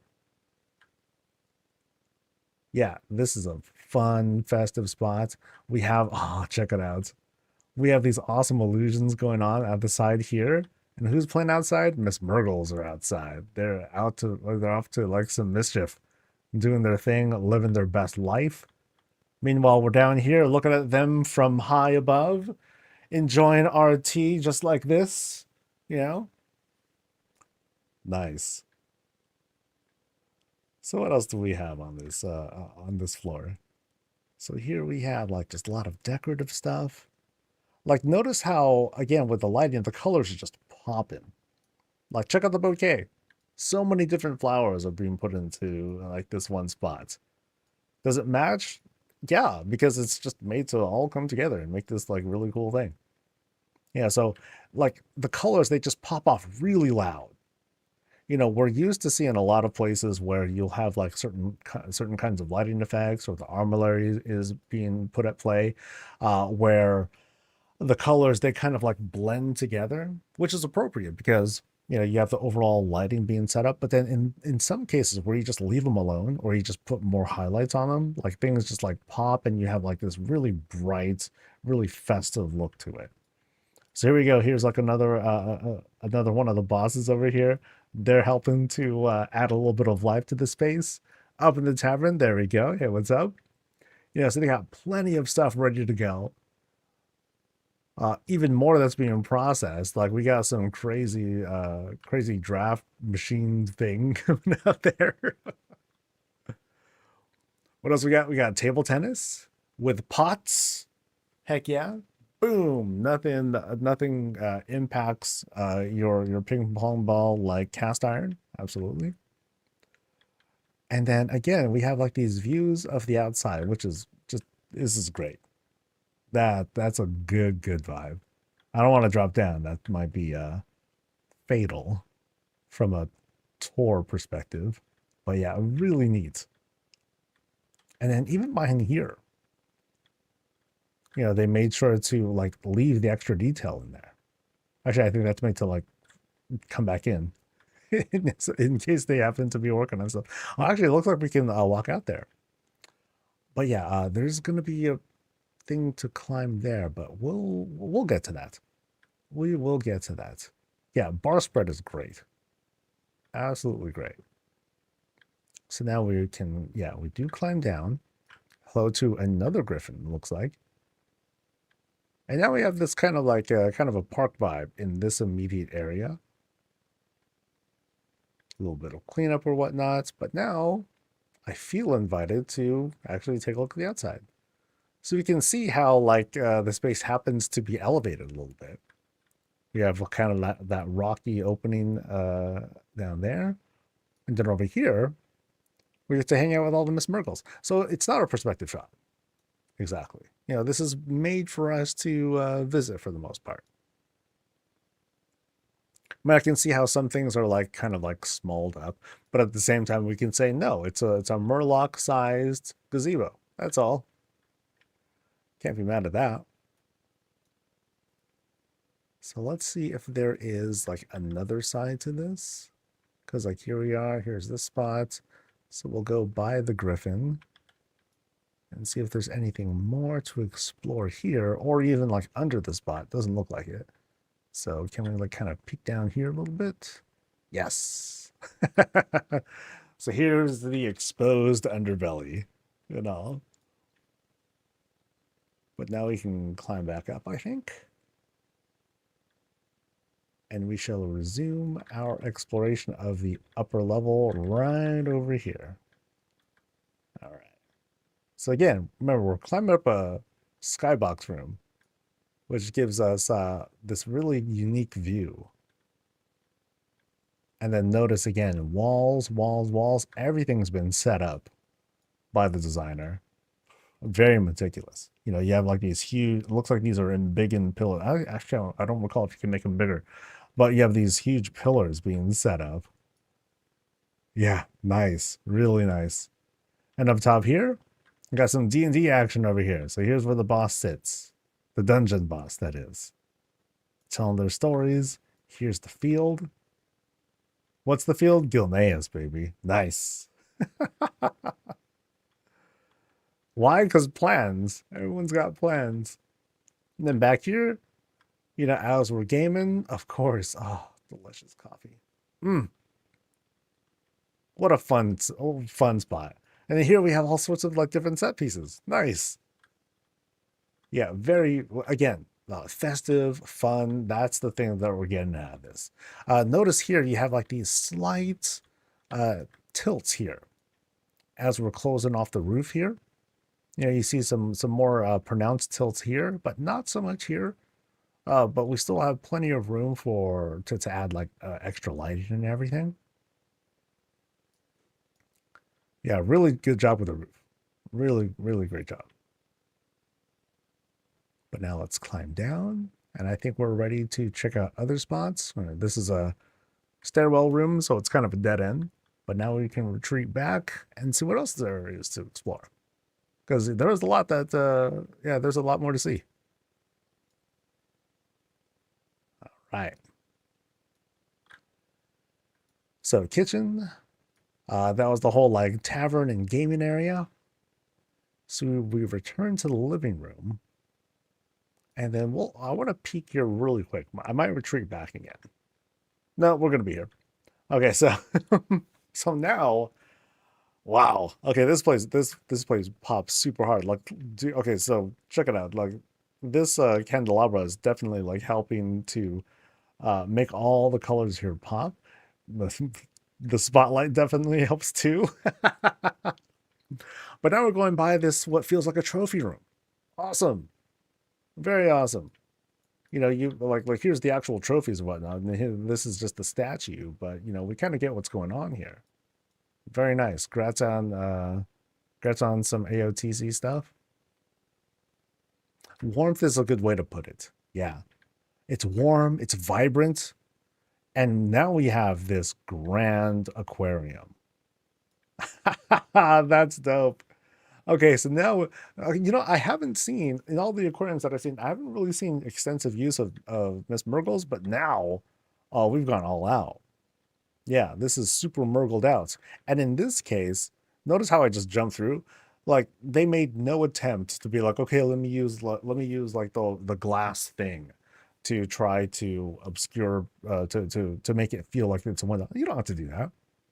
I mean, what they could do, little bit of feedback. Perhaps if the budget allowed, they could have used privacy screens, but their budget was full. They could have used privacy screens to prevent people from jumping through here. That's a thing. That's a practice. That would work out. But never mind that. Just don't go back there. But yeah, this is awesome. There's a very, very extensive aquarium. Again, Miss Murgles, you got lobsters right over there. Yeah, very fun. Very, very fun. It helps when you have a really goofy look to you. So, yeah, love this room. Love this room. Yeah, I'm going to make sure I get a shot of some of these here. But also the D&D room. I've been very bad about screenshots today, and we've had some amazing, amazing visits too.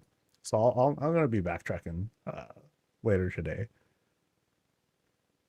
Yeah, and that's the whole thing. That's, you know, it was made to be like this whole grand aquarium spot.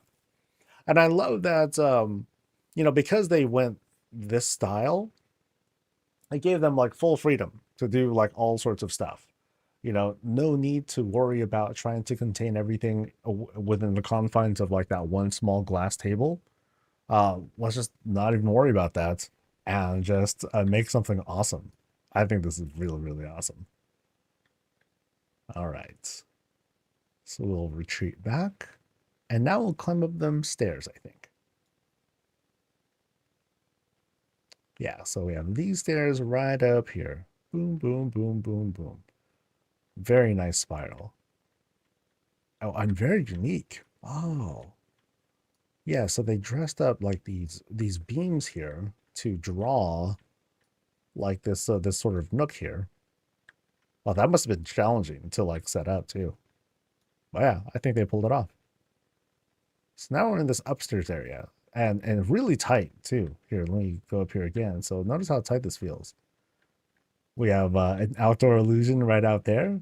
It looks like it's nighttime by the time we get up. By the time we got up here. But the griffin is restless. They're like, no, dude, I still want to like play and do stuff. Yeah. Close off the spot with that banner there. And now let's take a look at what is here. So I noticed here I'm on a platform, I think. Sorry, I'm going to retreat back again. Yeah. So we continue this whole climb. So yeah, my orientation's pretty thrown off right now. Because now we're going through here. We're going into this bedroom of sorts. No, maybe not a bedroom, more like a break room, reading nook kind of thing. So we can kind of like vibe here, do our thing. I forgot the name of this thing. This thing is called a Hollow Night Phase Shrine. I've seen this a number of times where people would take it, they would embiggen the guy, flip it to its side, and then create a little bit of like a restful napping place. Then here we go through. Griffin's hanging out. How does he get in and out? I am not all that sure, but it's okay. Maybe they're trying to nurse him back to health, and then eventually they'll let him out. All right, so we'll go through this shroud. And this hallway, we have some options. We got front, we got to the right. We have a big treasure chest and a little bit of a gallery up top here. So first we'll go here first. And we enter the bathroom. The bathroom. All right. So big greens here to kind of help fill out space. You know, nice and easy way without eating into too much budget. Here, once again, my poor Forsaken dude just has his knees locked, which, well, that's how it works for Forsaken. You know, they need rails or they need some sort of binding. I don't know. Now here we have this kind of modern bathroom setup. No knobs, no nothing, but we get what's going on. Waterfall shower coming in right here. Once we're done, take a dip in the tub, do our thing, air dry, towel ourselves off. Any clothes around here? No, it's all good. We just roam around naked. We just get out of here, boom. Open air dry. Over as we make our way into what I believe will probably be the bedroom. Nope. Not at all. Not at all. We're going back outside. So we are going to air dry, in fact. There we go. Oh, great outside. Oh, yeah. Very unique shaping here. And a flag, yay. So, while we're out here, and we're naked, by the way, we paint, we drink, we yell at the townsfolk below. I'm here. Like, oh my God, it's Raphael again. He's naked. He's yelling at everyone. Just don't pay attention to him here. It's just Raphael doing his thing. So the actual bosses are out here vibing. They did their thing. They managed to find clothes. In fact, they're probably looking at each other right now. They're being like, oh my God, what's Salt saying about us this time? Just don't pay attention to him, Keisho. Just let him do his thing. Very well, Lindra, very well. A lot of fun, though. It's cool because it's like we're going through the passage of time. It started off like really bright inside. We go into like the gaming room. We're vibing, we're chilling, we're drinking, having a good time. Once we're done with that, it's nighttime by then. And now it's time to kind of like wind down. That's kind of what I got out of this. Okay, so here's what's cool. Like right here is where we enter the skybox room. So we can see here, we start to see the platforms take over. Right? Here's like the normal floor. Platform is right there as we immediately go outside. And very cool that it happens to be this climb. So that way it helps to set up the illusion. You know, because now we're like a little ways up. Not that far. You notice here, it's like, okay, it's not that much. But when we kind of like let our perspective take over, then it's like, oh, this does feel like we went through a bit of a climb. Especially because we have been climbing. We did do that one spiral climb to get up to the second floor. So now it does a great job of pulling off this sort of illusion. And what do we have here? Mountainous stuff in the back. We have a giant, what I think to be a giant wyvern up there because Again, perspective shot. This dude is going to be way bigger than the one that's trapped inside the house. That's crazy. But yeah, we have like this nice, oh snap, we have this nice little village out here. Very cute. Bunch of dog houses that have been, you know, bit repurposed, thrown stuff thrown on top of them to give it that look. You know, so there's like one house, but then nope, we're actually going behind it. Yeah, very cool. And they covered like a whole lot of the space too. So like even this space here where you know you might not very likely get into that angle, well, you'll be able to hit it. Sweet. Yeah, town's great. Oh, here we go. And here's the behind the scenes. Climb back up. Yes. All right. I'm gonna jog through and make sure that I didn't miss anything here. So we went through this hallway. This happened to be, so this was the kind of bedroom, I think. Yeah, that's the bed. That's the bathroom. This might be sort of a walk-through bedroom of sorts. At first, I thought it was kind of a resty spot. And then from here, this was the room that we came into first, right? No, it's not. Okay, okay, I didn't go into this spot here. So here we have a very small bedroom. So if those two were outside, you know, we got one bedroom and then here's like the other one. Now who sleeps in which one? I don't know. But one of them is down for drinking though. Then anything through here? Oh, there is. Secrets. All right, so let's see what they're hiding. Oh. So once again, kind of like a one part trophy, one part room of experimentation. You know, we have different exhibits of things that have been collected over their long, wild career. Very cool. You know, at first I thought those flowers were going to be burning. I'm like, I hope someone had to break up. But yeah, a lot of fun. Yeah, a lot of different things that was happening in this house. But my big takeaway was the party. I loved that whole gaming room setup. That was cool. That was very fun. I'm gonna go back to that. Let me find that spot. I saw it was like down here. And then that's the entrance, buddy. I went through, I think, here we go. Boom. So here we go. We're outdoors. We're chilling. And I want to chill right here, dude. That's cool. Yes. So I think I've seen, oh, look at that. He's even passing around stuff. Nice. So I think I've seen everything. If not, let me know if I've sinned and all that. A lot of fun. And the visits that we had today, excellent, excellent. It was quite a journey going through all these different places. So a big thanks to everyone who let me see their place. We got a handful more. We got another 5 for tomorrow and another 5 for Thursday. So I hope you join me for that. There was a thing I was supposed to remember.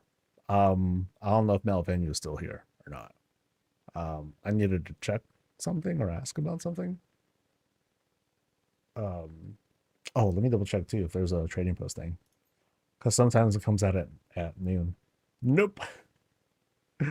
That failed. Okay, so I'll give Melvin a second in case. Yeah, okay. Yeah. What was it that I needed to, that I told myself I wanted to inquire about? It was this morning. I wanted to ask a dev a question, but I don't know what the question was. I can scroll up and try to find it, maybe. Stuff outside. Oh, so tell me about that specifically. Like, there's here, let me switch back to US client.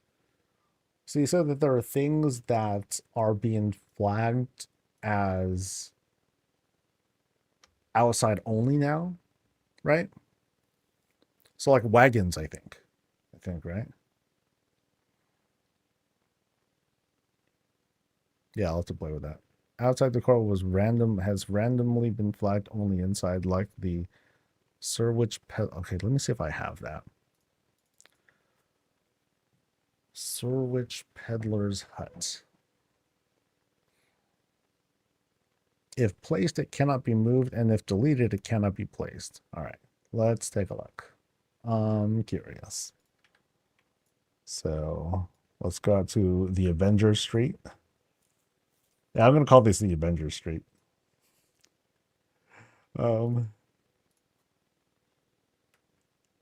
Hut. Okay, that's the Driftwood Hut. That's different. Sirwich Peddler's Hut.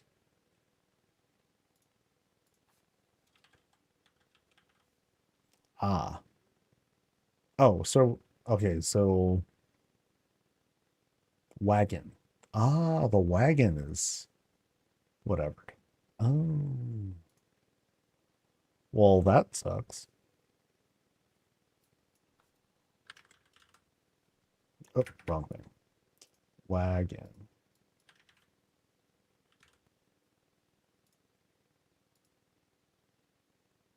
Okay, so that worked.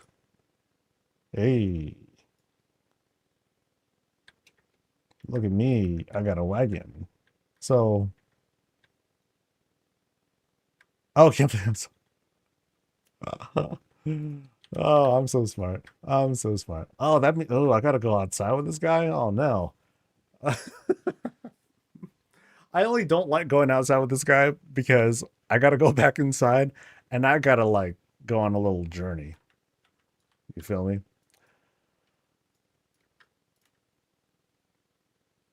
Okay, only possible inside. Okay, I'm like triple convinced it's a bug. There's no way that it's only placeable inside. So I'm not gonna bother asking. That's I thought it was the other way around. Yeah, yeah. If it couldn't be placed, if it could not be placed inside, then I'll be like, are you sure? Or or I would want to ask the devs, are you sure? That seems kind of weird. But the fact that it can't be placed outside, that's just ludicrous. You know what I mean? So I'm pretty confident that I ain't tripping. But as for when, I don't know. I mean, they did say that they intend to fix the dyes and whatnot, and I don't think we're going to get like a full list of I'm not going to be able to ask, oh, can you tell us like everything that needs to be fixed. I'm not going to get an answer like that. But I'm very confident that this wagon thing, yeah, that ain't gonna fly. That'd be kind of like silly. So I think it's time for me to head out. So I'm gonna have myself a quick lunch. And today's Tuesday. Shoot, today's Tuesday. So today's Tuesday. So I gotta do actual playing the game sorts of stuff too. Plus the lighting video. Plus the Diablo 4 campaign. So busy day. But tomorrow it's gonna be busy as well. So off I go. You guys have a great rest of your day. Thanks again to everyone who let me visit their place. Thanks to Tellius and Nevitel for inviting folks over. Again, stay for a little or as long as you like. Of course, follow if you haven't already. And off I go. You guys have a great. Wait, hold on. It's a drop thing, so I gotta be polite, right? And I gotta raid someone else's channel. Something, pay it forward, right? So where are we going?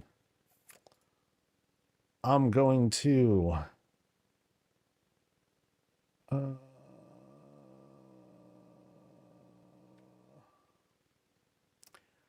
let's go to Kraken Latte.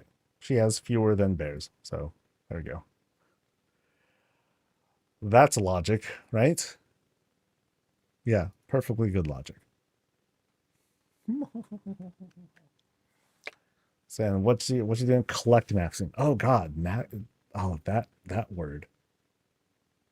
Yeah, something maxing.